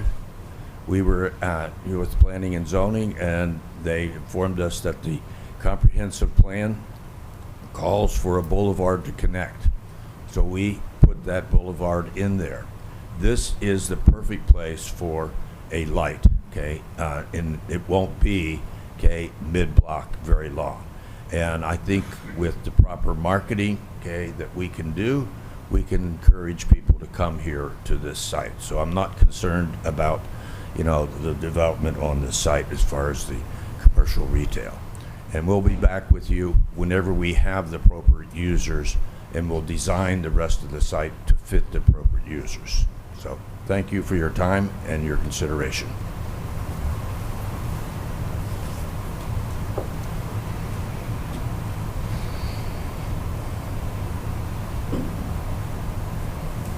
Do you solemnly swear to tell the truth, the whole truth, and nothing but the truth? Yes. State your name, please. Jessica Resendez. So I live in Clublands, right, very close to that lot that wants to be turned into a commercial area. I know they said that they have the plan to alleviate or help with traffic, but my concern, not only as a resident that lives there, one, the people who live there are going to be bombarded with new traffic, with lights, with noises. So their living style is going to be erupted with all that noise. Not just that, but the school itself, there's kids that are always walking down that street. Right now, there's no sidewalks for it, and I understand that they can create that for them, but that doesn't alleviate the traffic that's going to come in. There might be sidewalks put there, but the traffic that goes in and out from that commercial zone that they want to put there is going to also, I feel, have those kids come a little bit more at risk with potential accidents with vehicles or running, up and down the street because they're trying to avoid cars going in and out. The gas station right now that they put in there, the gas and wash, people fly in and out of there, and that's across the street. Kids right now have to cross across the street sometimes because there's other residential homes behind that gas and wash. Now, it's going to be the same issue with this new building, more so with the retails. I understand the daycare. Like, I don't see an issue for me with the daycare, because it's obviously for it's daycare. So I don't think that there should be so much of a traffic other than in the morning or the time of pickup and the afternoon, just like the high school. But the retail spaces with the restaurants and everything else that they might want to put in there, I think that's going to be an issue, not just for traffic, but for people who are walking up and down those streets, mostly students that you see on a daily. The field right next to R2, they have soccer games, and sometimes kids just go out there and play. Like I feel like they would also be affected by that too. I oppose this just because the concerns for the students, for the high schoolers that do walk up and down those streets, and also too for the residents, that their quality of life is going to be affected by the new traffic that these retail spaces will be bringing in. Thank you.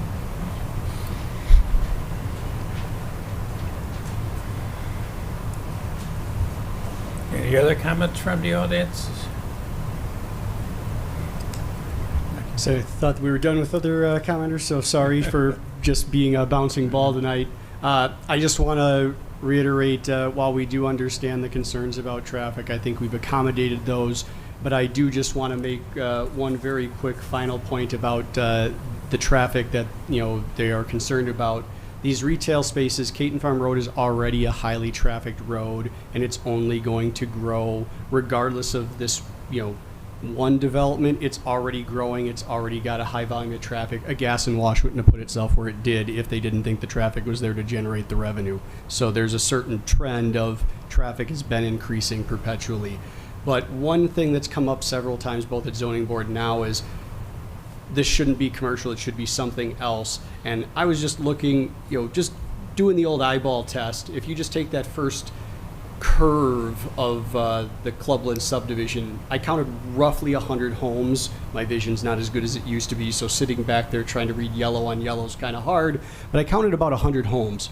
And that footprint is similar to what you might get if you developed our property that we're trying to bring before you and the Roos and Ellis property together. You can't tell me that 100 homes, which average usually 2 vehicles per household, if not more, if they've got kids of driving age, is going to generate less traffic than what we're proposing while giving the boulevard, while doing these improvements, while building the sidewalks. So the solution that they seem to want to propose may exacerbate their traffic problem in ways that they're not comprehending, because they hear the word commercial and think that it's going to be wall-to-wall traffic all the time. A quick service ice cream shop which is what we were targeting and had an LOI on, near a daycare facility is a convenience. It's something that kids would love to do. Moms and dads could take their kid after daycare to go grab a quick cone and go home. It's going to pull traffic that's already there. This is not going to be a destination for people far and wide to come to. It's going to be a destination for those subdivisions that are already there to have quicker, more convenient places to go get their nails done, to go get their hair cut, to go maybe have a dentist's office or a chiropractor in there. It's really designed to fit with the existing neighborhood and give them more services. And that's why we're developing it the way we are, and we think the trend is there, and it's only going to continue to go in that direction based on everything. And while we certainly appreciate the concerns, we think we have done our best to alleviate them, and that's all I would say to that. And I do, again, appreciate your time and generosity this evening in letting us give you this presentation, and I would hope that you can find it to support this project. Thank you.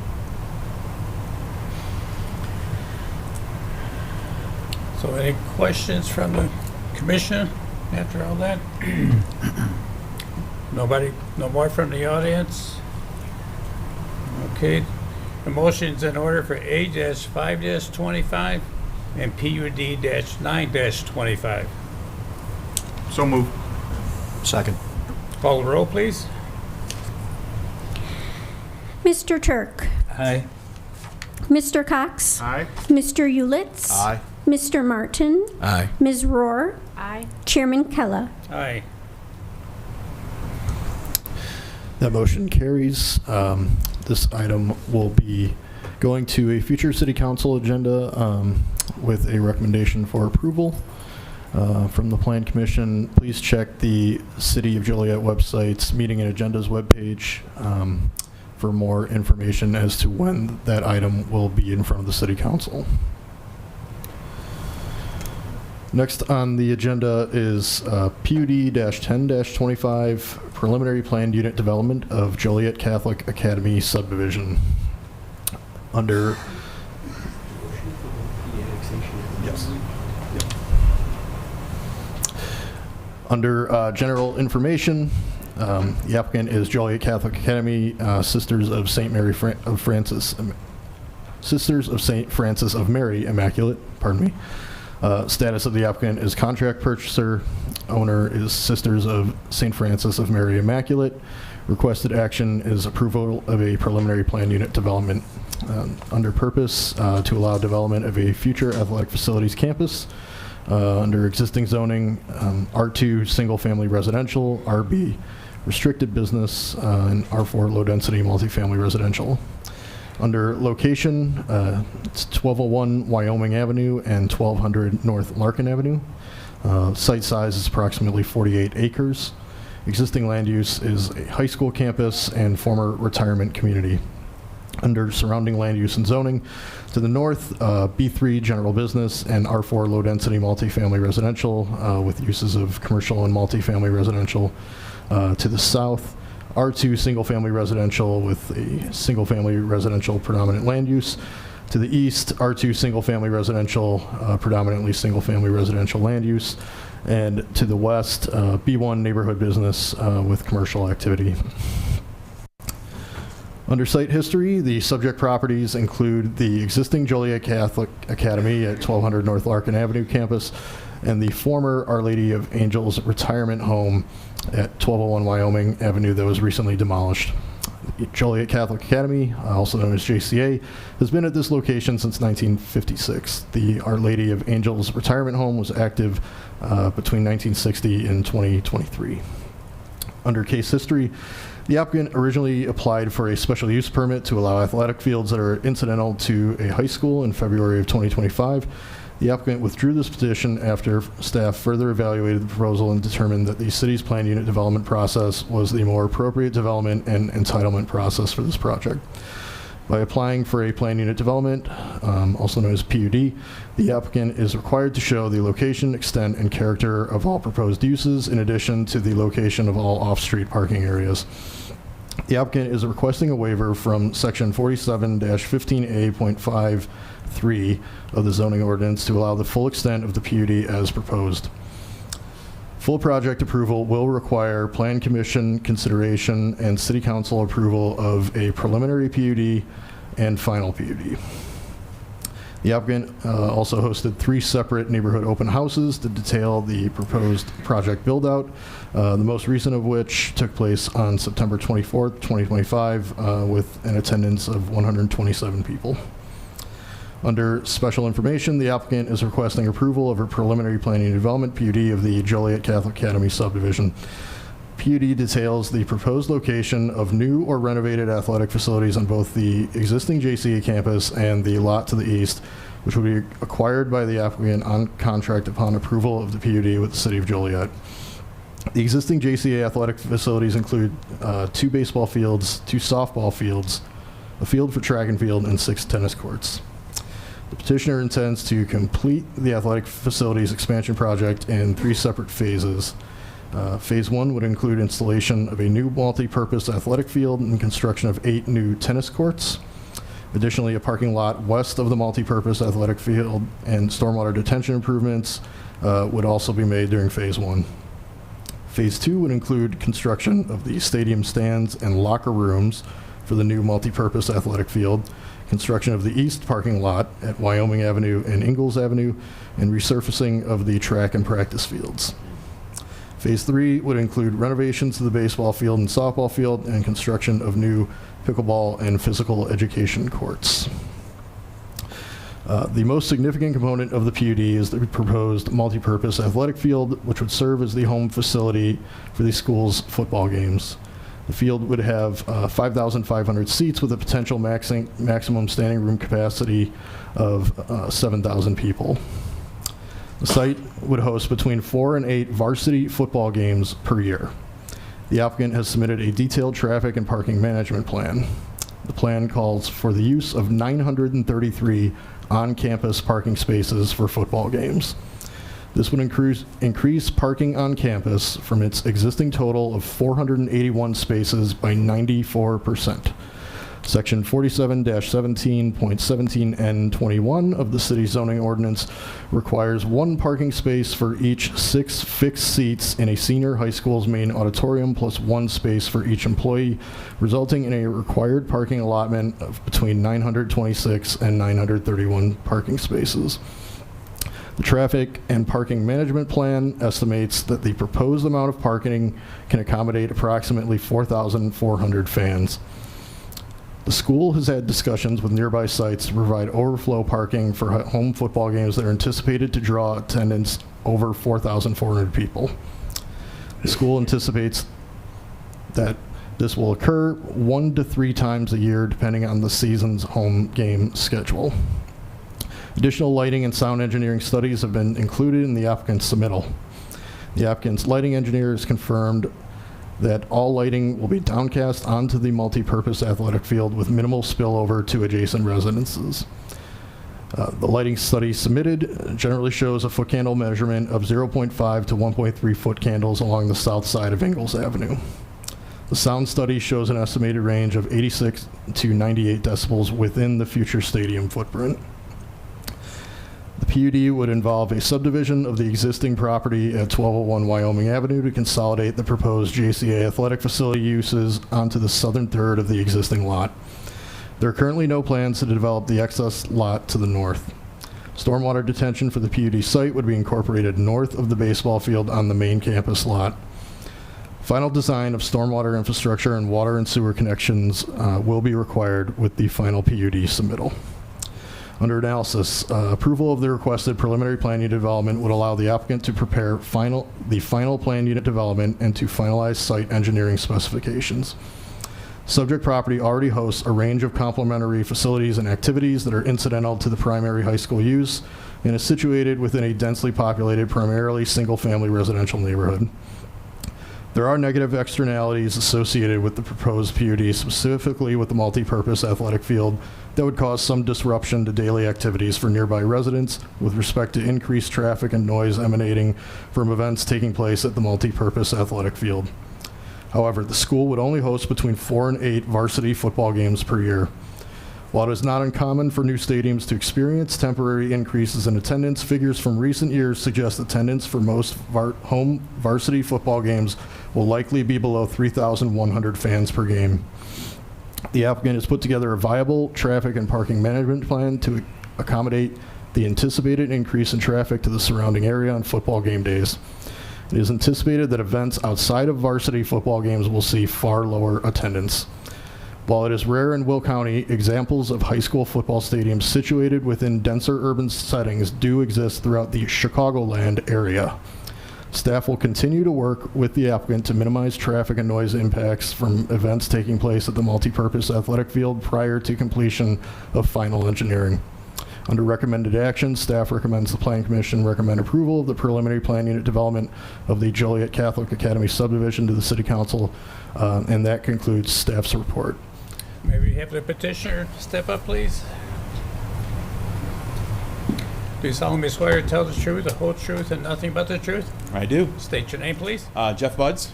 I'm the president and principal at Joliet Catholic Academy, and just thank you so much for our opportunity tonight to go over this exciting project for our school and for our community. It's all about opportunities for us. It's about presenting opportunities for our students, because once again, it all comes back to our students and our community. I'd like to start. We have a PowerPoint presentation, actually.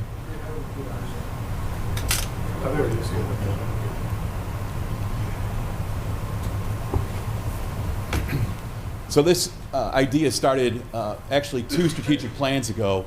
This is our current strategic plan, expanding our legacy. And 2 times ago, we talked about doing a makeover for our outside facilities. And once again, we talk about opportunity. And as we go into our current strategic plan, 2023 to 2028, the opportunity to purchase more land came our way. So with the generosity of the sisters, we tried to expand. Now we're trying to expand our campus and once again provide opportunities for our kids. We just want to make sure that our kids have the same facilities and campus that other surrounding schools have, and schools in our conference. I'm not going to give the main presentation tonight. I'm going to introduce our team that's here. Again, I'm Jeff Buds, I'm the president and principal. Sister Jean Bissett, who's a sister of St. Francis Mary Immaculate, is here, our president. Our institutional advancement director, Mr. Ryan Quigley, is here tonight. He'll be one of the presenters. Our lead attorney, Dave Silverman, is here. He'll be one of our presenters tonight. Civil engineer Sean Benson from White & Company is here. Our traffic engineer, Javier Milan, from Koenig, Lindgren, O'Hara, and Abona is here. Surveying engineering, Dave Zintek. Sound engineer, Sam Avalone, and lighting engineer from Tenkate, all helped with this leadership of this campaign. So again, I just want to end with a couple of comments, just that we truly want to invest in our school, invest in our future, and invest in our community. And so with that said, I'm going to turn it over to Mr. Quigley and Mr. Silverman to go over the rest of the PowerPoint.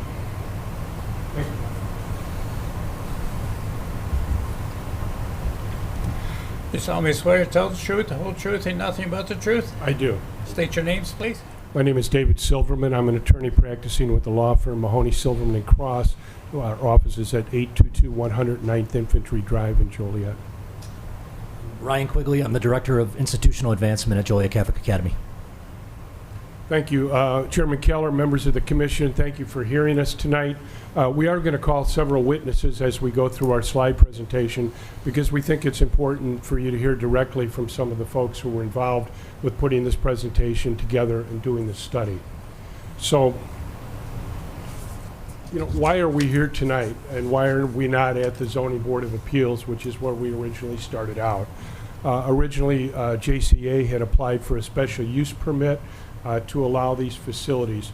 Upon further review and recommendation, I believe, from the City Council and the Joliet planning staff, it was determined that a planned unit development would be a better vehicle in order to accommodate the facilities that are being created here. And you all have seen planned unit development, so I won't bore you with a lot of the details, but the general concept is that it permits some flexibility within various zoning districts for projects that don't fit squarely into any one peg, right, or any one hole. You don't have to always force the round peg into the round hole. You can sometimes use the PUD as a flexible tool to help you out. We've heard, the neighbors, as it was mentioned, there have been 3 large community meetings that have been attended by representatives of JCA and representatives of the neighborhood. We've heard their concerns, and we'd like to address those here tonight. We think that the primary concerns that we need to address are traffic, parking, sound, lighting, and stormwater. So we'll have a presentation based upon all those various components of the project. As a result of these meetings, we learned a lot, and we went back and we did these studies. The staff has requested that we do sound studies, that we do lighting studies, that we do traffic studies, and they have done a very intense review of those. And I think that you heard Mr. Heitner's synopsis of those, which is very important. And also, I believe that their scrutiny has brought a better project to the city of Joliet. So I think we stand here today in a better position than was before the Zoning Board of Appeals, because of the amount of scrutiny that's gone into this project, because of the community meetings that have allowed JCA to listen to the concerns from the neighborhood and better permit us to address those various issues. So I'd like to introduce Mr. Ryan Quigley. Ryan is the Director of Institutional Administration at JCA, and he can walk through these slides a little bit with you. The first one is just an orientation slide. You can see on this slide, Ingalls Avenue is to the south, Wyoming to the east. Still shows the old OLA building there, which has since been demolished and will hopefully be replaced by some of these fields. Larkin Avenue to the west, and a little bit further north, Plainfield Road, although the project does not go up that far. So I'd ask Ryan to step forward, or to step up here and go through some of these slides to explain this project to you a little bit more so you'll have a better understanding of it. Thank you, Dave. Planning Commission, thank you for having us here tonight. My name is Ryan Quigley. I'm a 2003 graduate of Joliet Catholic. My father was a 1977 grad. My grandpa was a 1943 grad.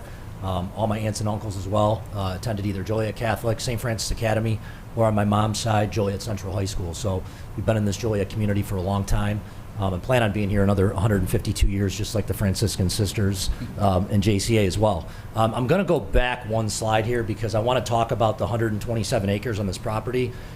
Pretty cool that when we went through this process, we found the deed when the Lagerin family donated the farmland to the Franciscan Sisters in 1918. And what a legacy that became between St. Francis Academy, Joliet Catholic Academy, Our Lady of Angels, the Guardian Angel Home on that 127 acres. So it's personally important to us when we, as Dr. Budd stated, when we first started this strategic plan, we were working on the 38 acres that was JCA. And Sister Jean Bissett came to us after about 6 months, and we had some initial renderings of trying to put in a practice field and a stadium that could serve our soccer team and maybe lower level football games. And she told us that there was a chance that the Our Lady of Angels retirement home was going to be going out of business.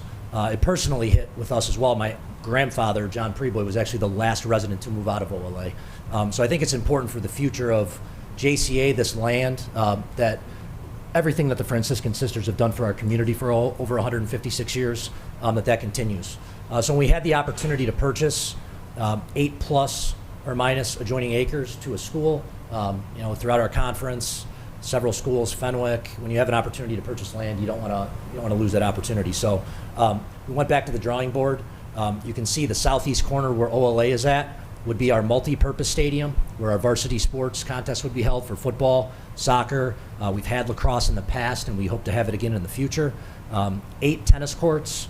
Correcting the record a little bit earlier when we talked about hosting playoff things, I think it was kind of pertaining to the state tennis tournament. Right now we have to share with Joliet West as a host site, since we only have 6 courts, so that's why we're expanding to 8 there. So in our, you can kind of see some renderings here. It is important to us from an architectural standpoint that we pick up the current architecture of JCA. So you can see the brick matches the current building. The awning above the press box matches the awnings above our Student Activity Center that was built in 2006. I think it is important to note that $35 million has been invested in JCA just since 1990.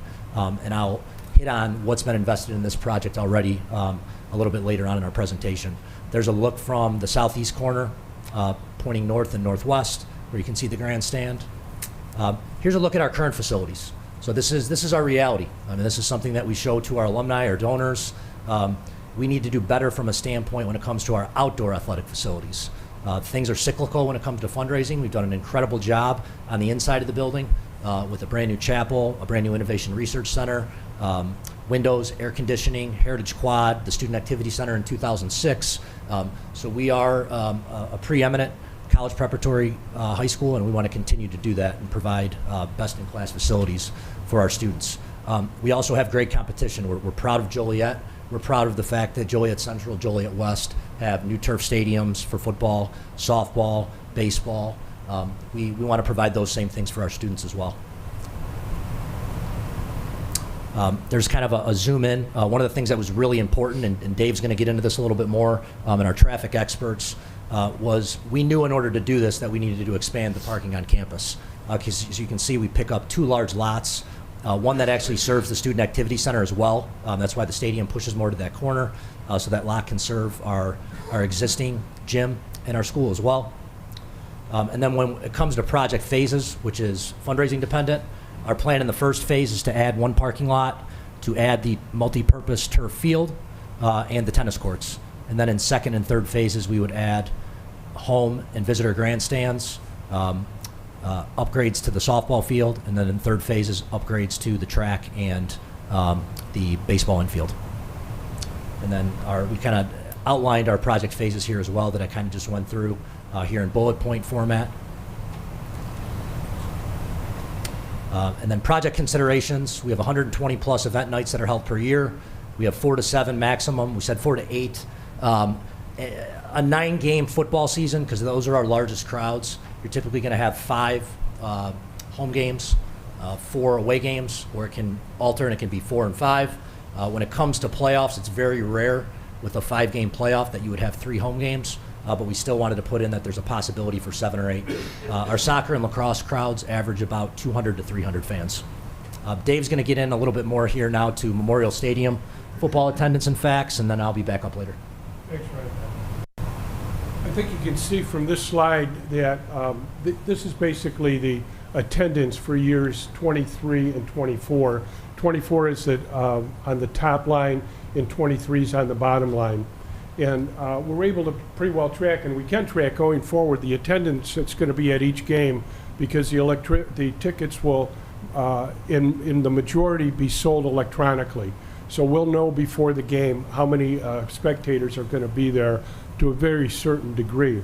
So what this slide shows us is what the attendance has been at the various games during the years 23 and 24. And as you can see on the top slide for year 24, Morris was the big one. 5,310 people attended. But the average attendance that year, and that includes Morris, was 3,275 people attending. So if you take Morris out of the equation, then there are 2,767 people who attend the games. So while the stadium is being built to accommodate far more, and we certainly want to attract large crowds, the history of the attendance has not been, 7,000 people at a game or 5,500 people at a game, with the exception you'll see down there, Providence in 2023 was 7,500 people. The rest are far less. The average number of attendance during that year was 3,245, and if you pull Providence out of that number, then the average attendance was just 2,394. So, and it's also important to note that, a lot of the discussion around this whole project has been with respect to the varsity football games. But there, as Ryan mentioned, there will be other events there also. So it's not just the football players or the football alumni who benefit by all these things. The baseball teams, the softball teams. I'd like to add there, and Dr. Budd stated it too, that this is for all of our students. It's no fault of the Park District. It's no fault of the University of St. Francis. The NAIA college schedule has men's soccer, women's soccer, and football all in the fall. So in the fall season, our boys soccer team, they have their senior night on a grass field in the outfield of our softball field. So we want a competition stadium for all of our students here. That's why we've been really adamant with our donors, with people that are giving towards this, with the media as well, that this is a multi-sport stadium. This is not just a football stadium. We recognize that those are our largest crowds, and that's a great community event. When I was the admissions director at JCA for 7 years, I used to always talk about just what a Friday night can do for kids, being at the stadium. And it doesn't matter if you even like football, it's a community event. It's the band gets to perform in front of a huge crowd. It's the dance team. It's all of our students. It's the cheerleaders. So it's an event that even if you don't like football, go, because you're going to have a great time with your classmates and your friends. So that's our goal, to have that environment on our campus. Good points, Ryan. Thank you. For parking and traffic, I'd like to introduce Javier Milan. Javier is with the firm, I'll just call it KOLA because I don't know the name of all the partners in the firm. But KOLA, you've probably heard them before, very well-respected traffic study firm in this area. And Javier and his partner, Michael Worthman, have done a lot of work on this project. So I'd like to turn it over to Javier to discuss with you a little bit what the traffic's going to look like and what our plan is to accommodate the traffic and the parking in the area. Do you solemnly swear to tell the truth, the whole truth, and nothing but the truth?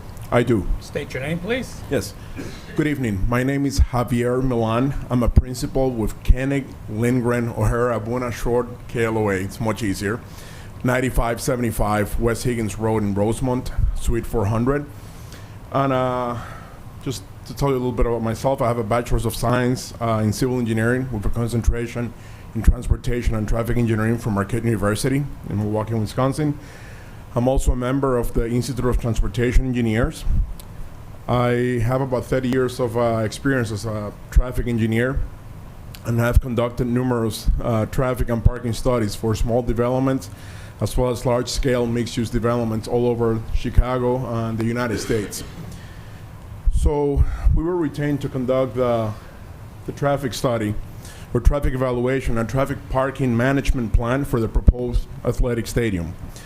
As part of any traffic evaluation and to determine current traffic conditions in the vicinity of the campus, peak period traffic counts were performed during the Friday late evening and Saturday afternoon peak periods at the intersections of Ingalls Avenue with Larkin Avenue, Ingalls with Wyoming, Ingalls with Plainfield, and Plainfield Road with Wyoming Avenue. These traffic counts were conducted on Friday, June 6, 2025 during the late evening, 6 p.m. to 11 p.m. peak period, and on Saturday, June 7th, during the midday, 2 to 4 p.m. peak period.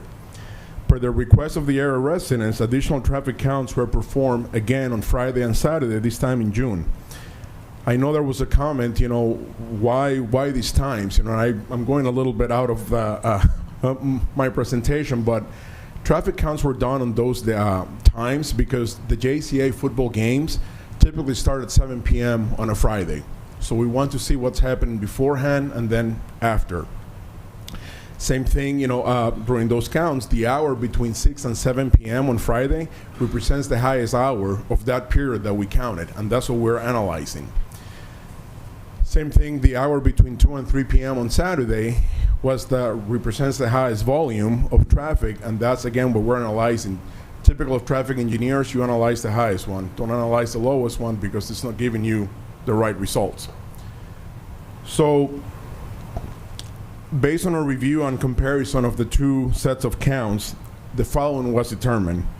While the overall total traffic volumes at Larkin Avenue and Ingalls and at Plainfield, Wyoming intersections were slightly higher in September when compared to the June traffic counts, the traffic volumes traveling to and from the south leg of Wyoming Avenue, as well as those at the Ingalls Avenue and Wyoming Avenue intersection, were higher in June than in September.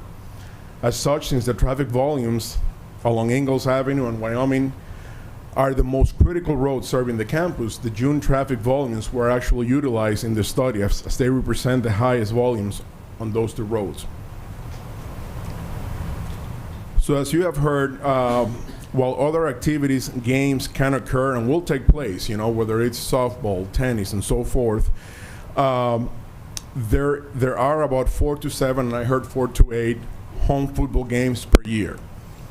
Those games have a typical attendance between 1,500 and 3,100 guests, with the exception of 1 or 2 games, and you saw the previous slide, Morris High School and Providence Catholic High School. So the campus parking will be increased by almost 100%. It's 94% increase. I'm just rounding, which can accommodate an attendance of 4,300 to 4,400 guests. As such, what this means is that all of the other activities, games, whether it's a graduation or a small, soccer or lacrosse, can be accommodated by the additional parking that is being provided, as well as the average or typical football game, except for that 1 or 2 games that could go above that. So in order to accommodate this additional parking demand, JCA has actually made arrangements for remote parking with the University of San Francisco, Habitat for Humanity, and the Joseph Fisher School. Now, notwithstanding that, KLOA, or us, we prepare a traffic and parking management plan. A traffic and parking management plan is a tool used by event organizers to provide travel information to event attendees while moving traffic safely and efficiently to and from designated parking areas, minimizing conflicts between vehicles and pedestrians, reducing traffic impacts to other road users and protecting adjoining residential communities from event traffic incursions. To minimize the parking incursions into the surrounding neighborhood, parking on the JCA campus should be fully utilized on event days. The campus improvements, as I mentioned before, will increase the on-site parking capacity to approximately 933 spaces, meeting the city's requirements, and also will accommodate 100% of the estimated parking demand for the typical activities and the typical football games. Cones and/or portable signs should be used to block access to fill lots and guide motorists to the next available lot until all on-site lots are utilized. In addition, and as I mentioned, remote yet proximate of campus parking has been secured to accommodate the additional parking demand for those large games.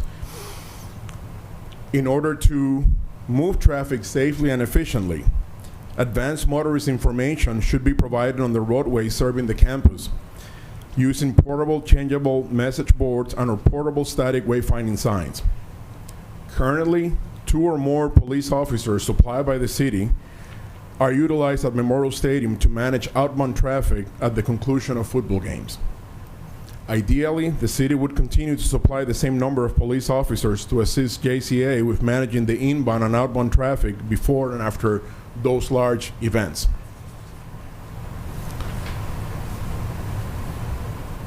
To further reduce traffic and parking impacts on the neighborhoods to the east and south of the JCA campus, we identified several measures that could actually be implemented, whether it's one or all of them, and that's something that the city can take a look at that.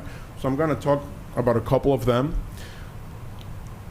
We believe that a no JCA event on-street parking sign should be installed at each end of the residential roads on the blocks immediately east of Wyoming and south of Ingalls.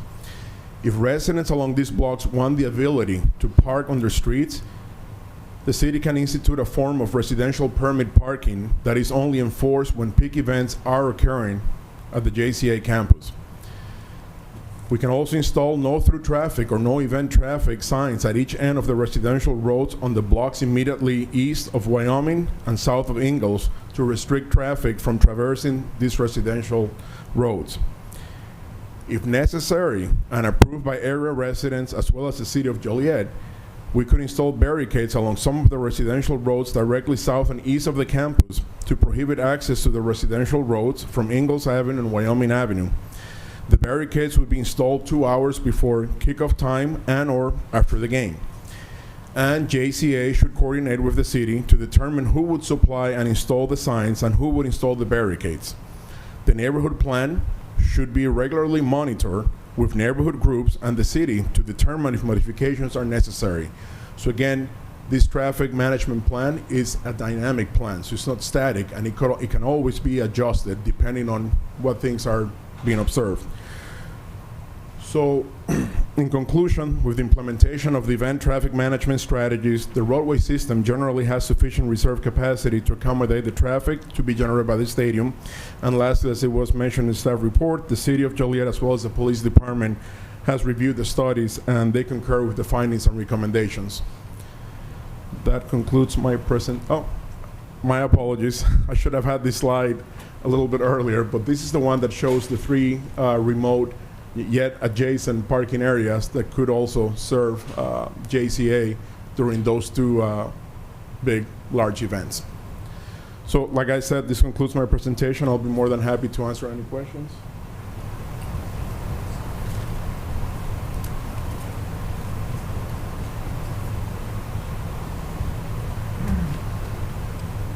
Thank you, Javier. I think it's important to note right now we have agreements with USF and also with Habitat at the Restore. We don't have an agreement at this point with the 3rd offsite location. We don't think that'll be necessary, but we will probably pursue that anyway, just to kind of have a belt and suspenders approach.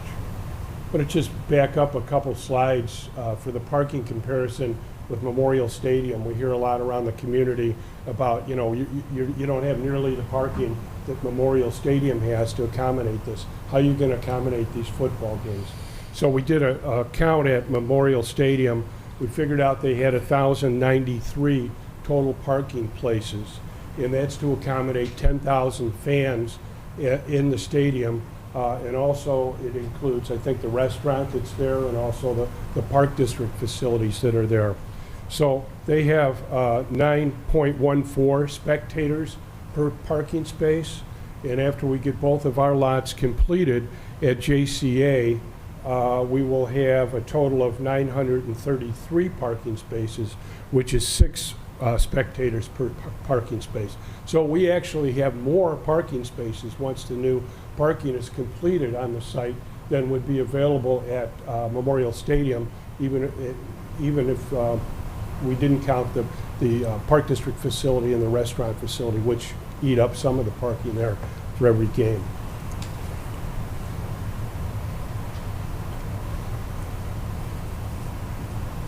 Do you want to talk about the sound? Yeah. Yeah, good.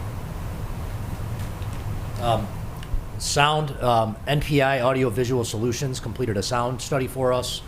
They've done some great projects in the state of Illinois, Rochester High School, as well as in Canton, Ohio, the Hall of Fame Stadium, high school stadiums in Canton as well. We have a grass berm, fencing, and tree line to reduce noise between the tennis courts and the village property. We have a 100-plus foot distance between the north fence line of tennis courts, the village condos, and Ingalls Avenue to the south. We have distance to the east of Wyoming Avenue with that large parking lot is 240-plus feet. I would note too, we do have instances. It was mentioned earlier about Chicago and not having that in Will County, and the home grandstands at Plainfield Central are less than 50 meters from single-family residential homes. Joliet Central High School, the visitor stands and the lighting are less than 50 meters from single-family homes, as well as the softball field that was recently constructed is less than 50 meters from multi-family homes. So it's not uncommon to see, just because it's not uncommon to see schools built in neighborhoods. The sound study shows an estimated industry range of 86 to 98 decibels within the future stadium footprint. 100 is a goal many times in larger professional sports stadiums. 98 is the standard in high schools. And our study and the sound system that they would install would be 86 to 98 decibels. Lighting, we are going to go over lighting a little bit more here later as well, but key benefits of an LED system include total light control, no glare spill to the neighbors. When we've had our town hall meetings, and you'll see some photos here in a second, we've talked about just Joliet Memorial Stadium right now and the difference with LED lighting.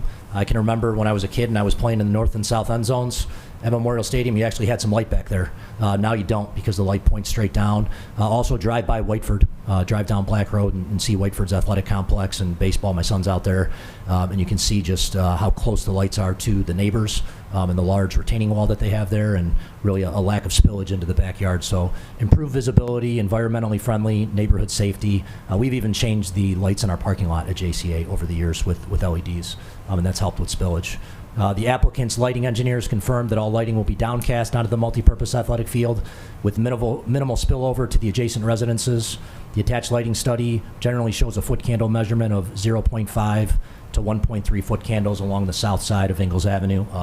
And Mr. Heitner showed that slide earlier as well when he was doing the staff report. Here's a good look at a high school with Musco anti-glare lighting, Geosport surfaces lighting, and kind of you can see that's built into a neighborhood and not much spillage to the west of that stadium.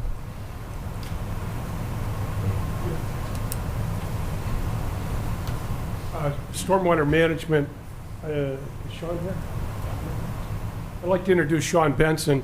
Sean's from White & Company. Sean is a professional engineer in Illinois, and Sean has taken a look at the stormwater management. We want to obviously make sure that whatever we do on the property enhances and doesn't impede any stormwater and any bad occurrences off-site. So, Sean, you want to tell us a little bit about yourself if you're sworn in? Please, I'll be swear to tell the truth, the whole truth, and nothing but the truth. Okay. State your name. Good evening. Yeah, Sean Benson from White & Company. I'm a civil engineer with over 22 years of experience. Have my professional engineer license, and my career has been in development of sites, engineering, stormwater management. And White & Company completed the engineering documents and the stormwater management report for the PUD submittal. And I'd just like to, a couple brief points on the stormwater management. The site will provide detention for all the improvements, which is going to be located north of the existing track, which Ray mentioned earlier. The improvements will meet all city required ordinances and county requirements for the stormwater management. And we also understand that we'll need to comply with all engineering comments and final permits to begin any type of improvements. Overall, the improvements, the release rate from the site compared to existing conditions will actually be reduced when we need to adhere to the stormwater requirements and ordinances, which is definitely a benefit to the community. It will also provide additional capacity in the adjacent streets, storm sewers, and reduce that runoff. This slide here shows in blue to the north the proposed location for stormwater management. So the water will be collected in various storm sewer systems, swales, and overland flow to bring that water to the basin. There'll be a restrictor in that basin which will slow down the water, fill up, and then slowly release to the northeast to the adjacent floodplain. Most of the site, majority of the site already is draining to that watershed, and that way we'll be able to meet all the requirements of the city. But yeah, I'm here if there's any detailed questions or comments, and I appreciate your time. Thank you, Sean.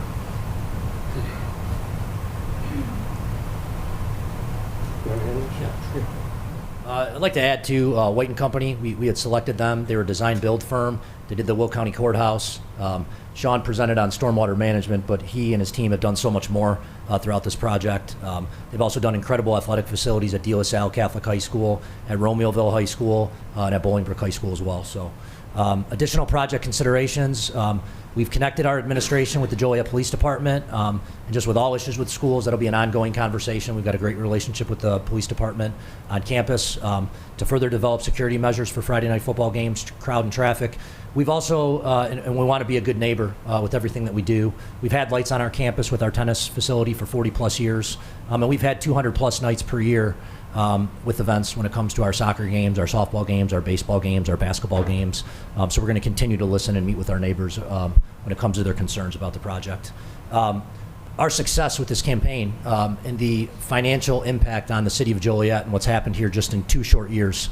We are still in the silent phase of our campaign. In total, we've raised $12.594 million for this campaign, $7 million plus raised in cash and pledges for construction and land purchases. Over $5.3 million already cash in hand.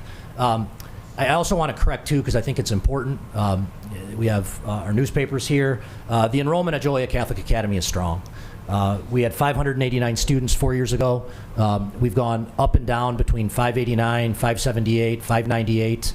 We are at 539 students right now. 3 years ago, we knew this was going to happen. I actually came into this chamber and testified to our city council, and I really want to thank them for supporting and signing a letter of resolution to support the Invest in Kids Act. 3 years ago, we had 54 low-income and middle-income students in Joliet that were Joliet residents that were at our school on those scholarships. So we've budgeted for that and planned for that over the last couple years, and we'll be back when it comes to the council and our legislators in Springfield to urge our governor to support right now the Educational Choice for Children Act, which could pick up where the Invest in Kids Act left off, and give us an opportunity to bring students back into school again. So the fundraising has been going really well for this so far. We have donors as well that are waiting on this process to see that it come to a final decision so that they can invest in this project. So we're very excited about that. Again, in this first phase, the acquisition of OLA, $2.25 million. It does include asbestos abatement, which has already been done. You couldn't start the demolition without the asbestos abatement and the certification for that. Construction of a new multi-purpose turf field. We are also purchasing all of JCA and the land from the Franciscan Sisters. Construction of new tennis courts. So we have already met our phase 1 goal in construction. So as soon as we're approved, we're going to be able to hopefully start construction here sometime in the spring or the early summer.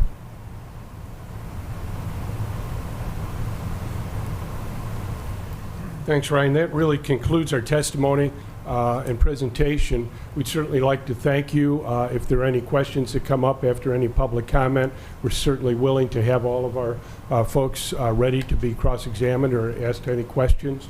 We'd like to thank your planning staff, your legal staff, for all the help that they've been coming through this project.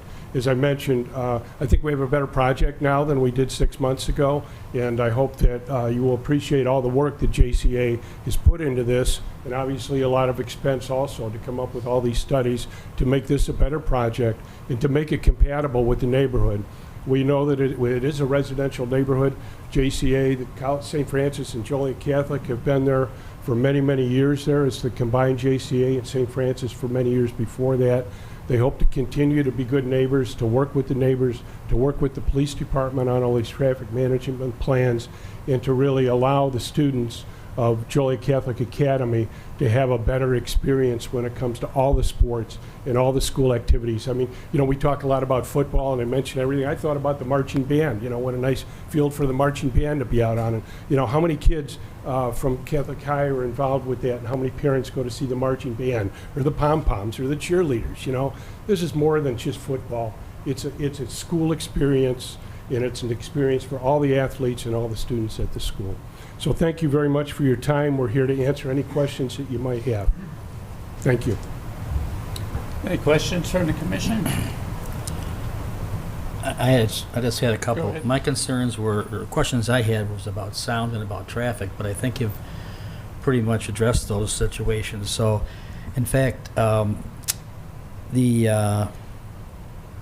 residential, the homes there to the south of Ingalls, I'm assuming that is when the students leave for the day, they more or less go either east or west on Ingalls, because in my years on the Joliet City Council, I never received a call from any of the neighbors saying, hey, there's a bunch of cars going up and down our streets, they're driving too fast, they're doing this or that.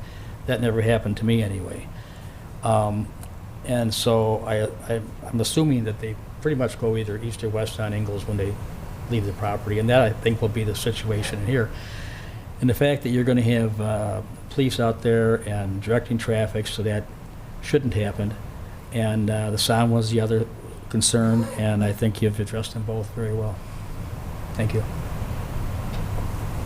Mr. Chairman, I got a question on the detention pond. Is that a dry detention? And is it north of this baseball field? Looks north of the Yeah, so extra it's field? north. It's north of the existing track. Where they're showing a field? In the engineering documents, we do not show a field. I think on that one rendering there was potentially it's north in the of there, future. though. Yeah. So the basin currently right now does have a wet component to it for water quality purposes, and then part of it will also be dry. So there'll be kind of a combination. But what's the depth they expect to hold of water? The one section will be 3 feet deep. Thank you. Any questions from the audience?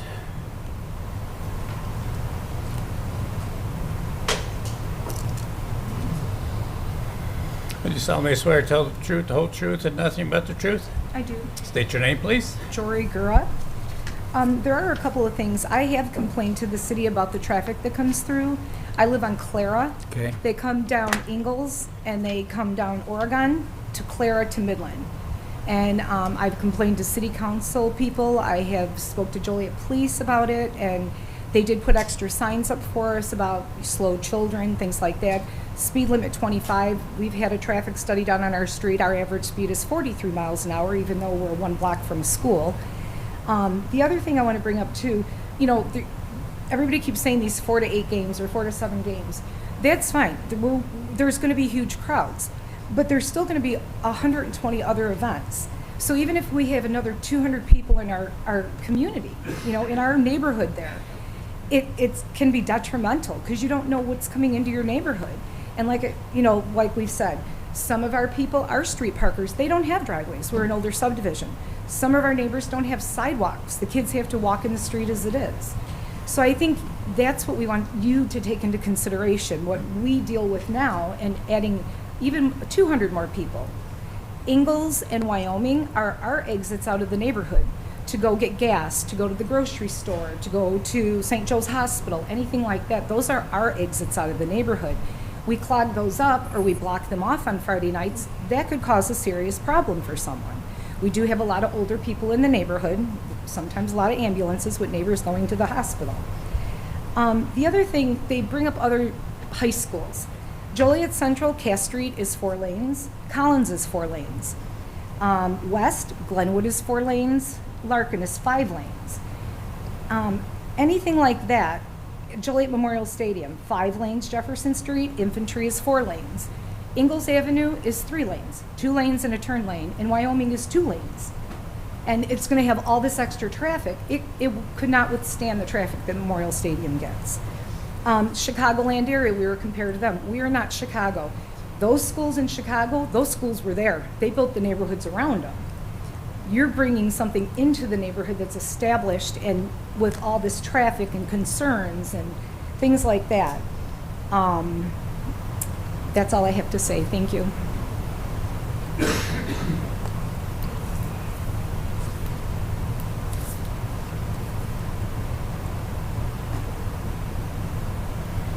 Do you solemnly swear to tell the truth, the whole truth, and nothing but the truth? I do. State your names, please. Karen White. Peter White. Okay, my first question is, all the way back to people in the neighborhood were invited to give Can you their move opinions. closer to the mic, please? Okay. People in the neighborhoods were apparently invited to give their opinions on this project. We live 3 blocks from there and have never heard of a meeting to voice our opinions. Where are these invitations going? Where are they coming from? You know, who are they going to? That's one thing. So all these benefits for the school, that's great. What about benefits for the neighborhood? Are there any benefits whatsoever? I see none. Varsity games, oh Lord. You know, as Jory was saying about traffic, we have a 4-way stop. I can sit in my living room and count the number of people that actually stop there now. More traffic in that neighborhood is gonna suck. You have questions? As far as the parking goes, they're saying they have X amount of parking. What about the workers, the referees, the band members? Are those all accounted for? I didn't hear anything about them being included into the parking. They're talking about 9.14 people in a car that's going to take a parking spot. Because they said that at the stadium, they have 10,000 people and they have 1,093 parking spots. That means there's 9.14 people in a car. How can that be? How can you stuff 9.14 people in a car? You know? They got a great presentation. Sounds great. You got the high-powered lawyers and everything here. But what about the people? You guys don't take that into account? People make that neighborhood. That neighborhood has been there for a long, long time. Joliet Catholic was down on Hickory Street and Center Street. Now they're combined. So they moved that school over to this school. This was St. Francis, it was a girls' school. So now they crammed it all together. They want to cram all of that down our throats. What recourse do we have if none of their plans pan out? You're going to block off streets so people can't get out, so that people can't drive down those streets. You're going to force them to go down Ingalls and down Wyoming. I just want to say one thing too. Everyone in this neighborhood that we know of knows this is going to pass. There's not going to be any problem. It's a given. We have nothing to say about it. That's how everyone feels in these neighborhoods. And we're not happy about it. But what recourse do we have if this plan doesn't work out? Their traffic plan, their parking plan. What is there? What recourse is there? You have anything that we can say that they're going to do? You're not going to widen the roads any because there's houses on both sides of Ingalls Avenue. You're not going to do it on Wyoming unless you're going to take part of their property. You're not going to do it down Ingalls. It's got houses all the way down it. I don't know where you're going to put all these people and all these cars. And you know, when people come out of the stadium, when they go to see the fireworks or any kind of activity, they're looking for any way they can get out of that area. And so, what do you think they're going to do when they come out of this? They're going to look for ways to get out of it. I don't understand. And it's all up to you guys to decide. And it sounds like it's a done deal because you guys have already kind of like saw this great presentation and all these great lawyers here. And you've got like, don't care about the people or the neighborhoods. You're just going to let it go and people are going to have to live with it. Now, if you lived in that neighborhood, would you want to live with it? You? Any one of yous? I don't see it. I couldn't see it if you were living there.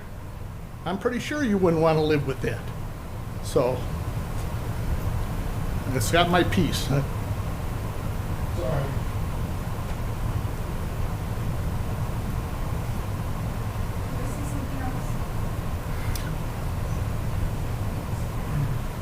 Yes, just state your name again. Jory Gura. As you can see, most of the neighbors are very disheartened about this. The one thing I would ask before you would pass this, come to our neighborhood.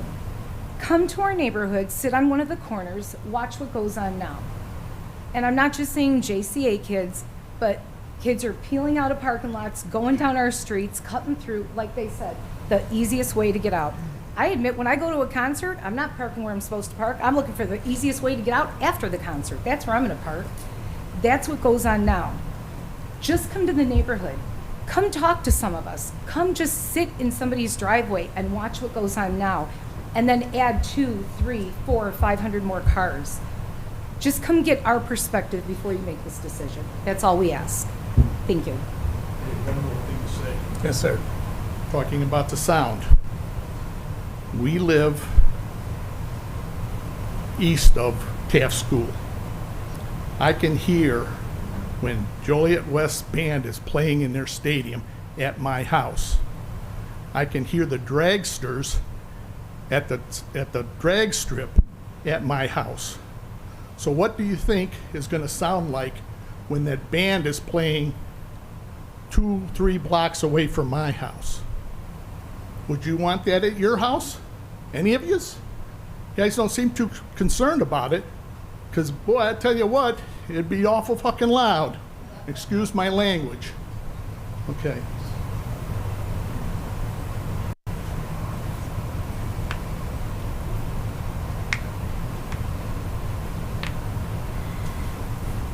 Do you solemnly swear to tell the truth, the whole truth, and nothing but the truth? I do. State your name, please. My name is Timothy Broderick, Joliet resident, and I'm here tonight to express strong support for the plan unit development requested by Joliet Catholic Academy for its athletic field expansion. JCA has been a trusted institution in Joliet for generations, rooted in economic excellence, strong values, and a long history of responsible stewardship in our community. This proposal reflects thoughtful, community-minded planning, traffic and parking controls, lighting and noise mitigation, respectful green space integration, and responsiveness to neighborhood input. And I respect your positions. This is a balanced, forward-looking project that supports student wellness, enhances campus safety, and strengthens Joliet's commitment to well-planned development. By approving this PUD, the Commission helps JCA modernize its facilities, remain competitive, and continue serving local families with excellence. I respectfully ask for your support in advancing this proposal. Thank you for your time and for your service to the City of Joliet.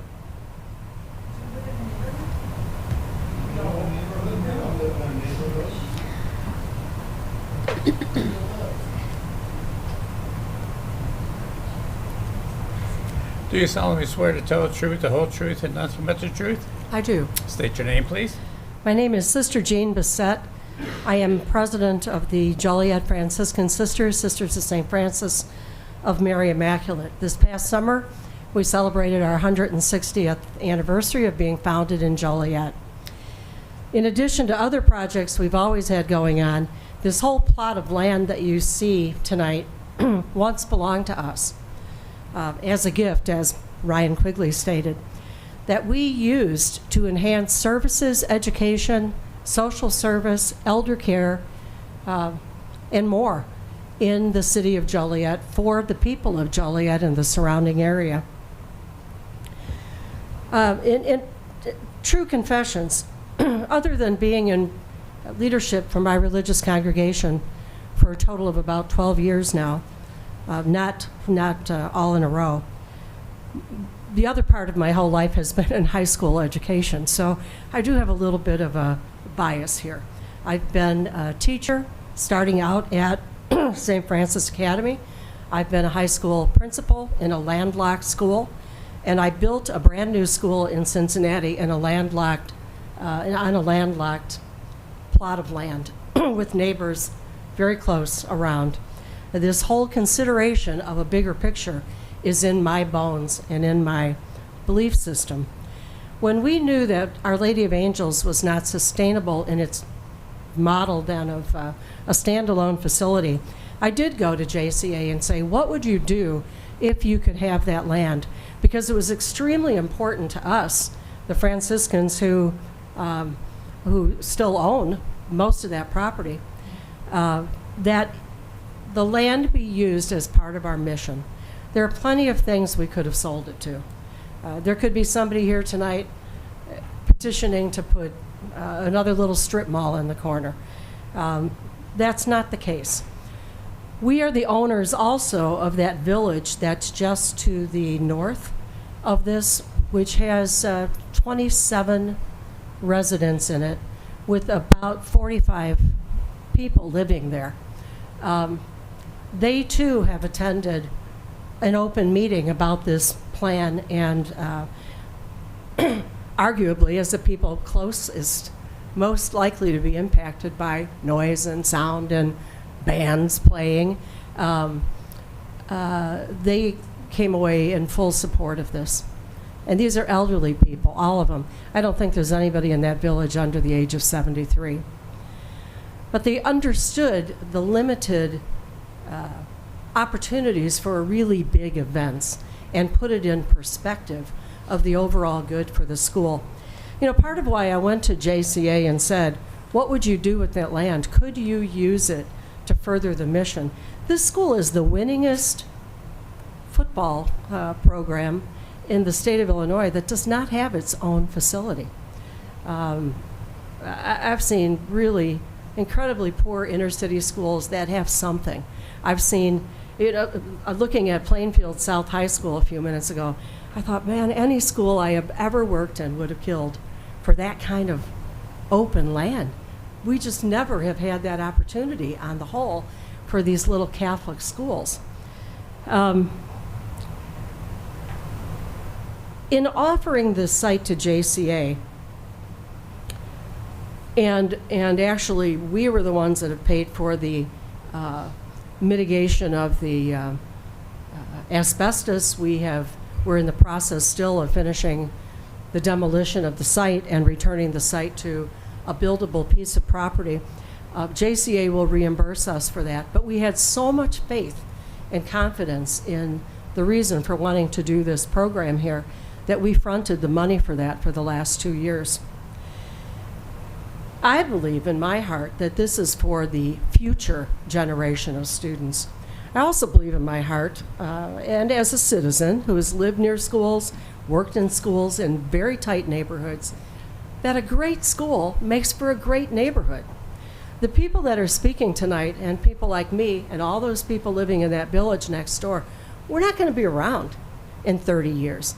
But this school can be, if we make it a great enough school, a place that is attractive to young people and their families as they take our places in these neighborhoods. Who wants to live near a dilapidated school? I mean, it's just not there's nothing desirable about it. I do believe that this will enhance the educational program at Joliet Catholic for every student, not just young men in shoulder pads. This has only the power to say to these kids, I can be proud of where I go to school, I can develop as a holistic person. My nieces and nephews have gone to this school, all athletes in some way, including the girls. These opportunities, that soccer field, that those tennis courts would have helped all of those young people, and they will continue to if we build this.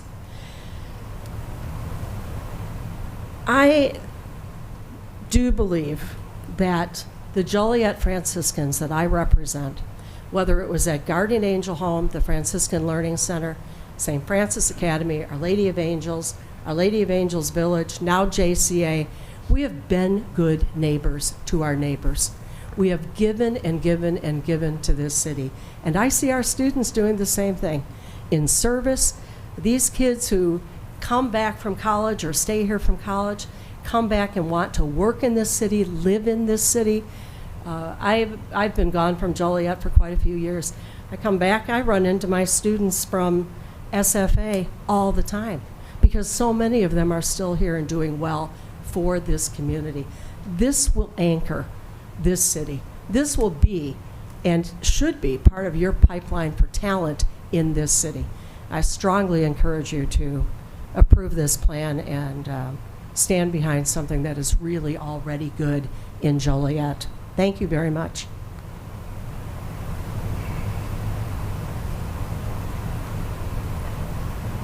I have another comment. This will probably not help people in the neighborhoods because it'll probably lower the property values. Who's going to want to live by all of this when it comes down to it? Property values will drop as far as it goes because of all of this. And you can't tell me it won't. If they want to guarantee our property values and pay us what our homes are worth when we go to sell them, that would be great, but I don't think that's going to happen. I think they only have one thing in mind, is to push this project through because it benefits them. It's not, if the kids go to another school, they'll be benefited there. They could buy property somewhere else and build a new school, new fields, whatever, for the same thing and not destroy a neighborhood that's already been established for probably 50 years. They want to destroy a neighborhood for their own personal benefits. Yeah, I know we got some alumni here. Guy comes up, he doesn't live in the neighborhood.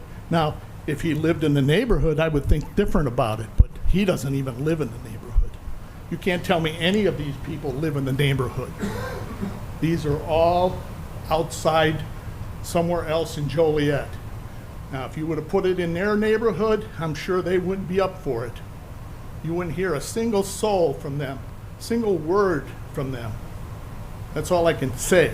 You know, I'm just so upset about it that you would let these people just push that into this neighborhood, a nice, quiet neighborhood. All these studies and all these things, they're just studies. They're not actual fact. They are just studies.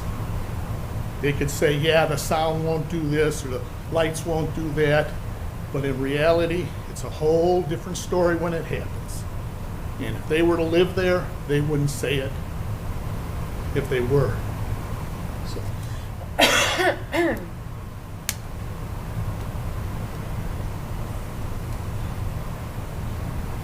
Any response? Yeah, again, just thank you very much. I think that concludes our presentation. There are other supporters here, a number of other supporters that would get up and testify that they support the project too, but it would just be repetition at that point. But maybe if you folks could just raise your hands. I know there's a few of you back there that really support the project in the crowd. I certainly don't want, if they want to come up and speak, I certainly wouldn't want to stop them, but we want to avoid repetition and respect your time. We do have all of our people still here if you have any questions based upon the testimony that's been given by the objectors. Any more questions from the commission?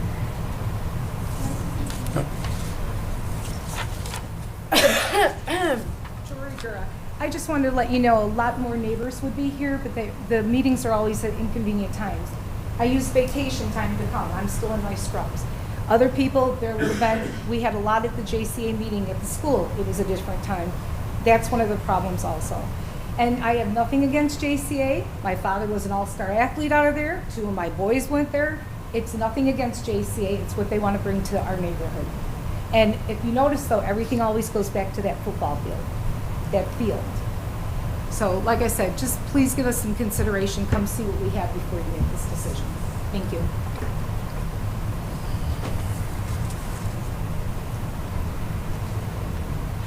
Hearing no other comments, a motion is in order for PUD-10-25. So moved. Second. Call the roll, please. Mr. Cox. Aye. Mr. Ulitz has recused himself from this vote. Mr. Martin. Aye. Ms. Rohr. Aye. Mr. Turk. Aye. Chairman Kella. Aye. Okay, that motion carries. This item will be on a future city council agenda item. Please check the meetings and agendas webpage of the city website for an exact date. Moving on with the agenda, next item is new business. There is no new business. Following that is new or old business, not for final action or recommendation. We do have 2 items there. Our planning director was going to give these updates, but she is at another community meeting, so I will provide a written statement on these 2. First is Joliet Comprehensive Plan status updates. For that item, Jane wanted me to pass along that we are wrapping up phase 2 of the project where we identified community priorities. Thank you to the Plan Commission members for helping us promote the community survey and our first public workshop and for participating. The outcome of this phase is the vision, goals, and objectives document, which will be the baseline for establishing future plan strategies and recommendations. The Comprehensive Plan Advisory Committee will be reviewing this document at their December meeting. We will be hosting workshops on key topic areas such as housing, transportation and mobility, economic development, open space, and land use in December and January. If you are passionate about or have expertise in these topic areas, we encourage you to attend, and you should have a flyer at your station there if you're interested in more information on those workshops. Any questions on that update? Seeing none, I will move on to the I-80 Des Plaines River Community Plan status update. Let's see. She gave me an update for downtown Joliet zoning.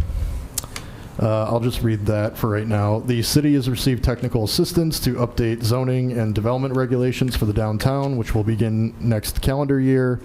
We hope to have draft regulations for Plan Commission and then City Council review by early 2027. Any comments on that item? Seeing none. Next item on the agenda would be public comment. This section is for anyone wanting to speak regarding non-agenda items and are allowed a maximum of 4 minutes. It is not a question and answer period, and staff and the Plan Commission members do not generally respond to public comments. Please note that speakers who engage in conduct injurious to the harmony of the meeting shall be called to order by the presiding officer and may forfeit the opportunity to speak. Is there anyone in the audience who would like to make public comment on non-agenda items?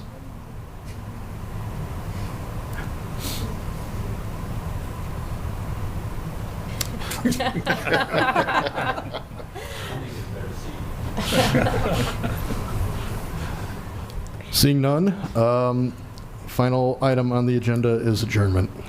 That motion to adjourn? So moved. All in favor? Aye.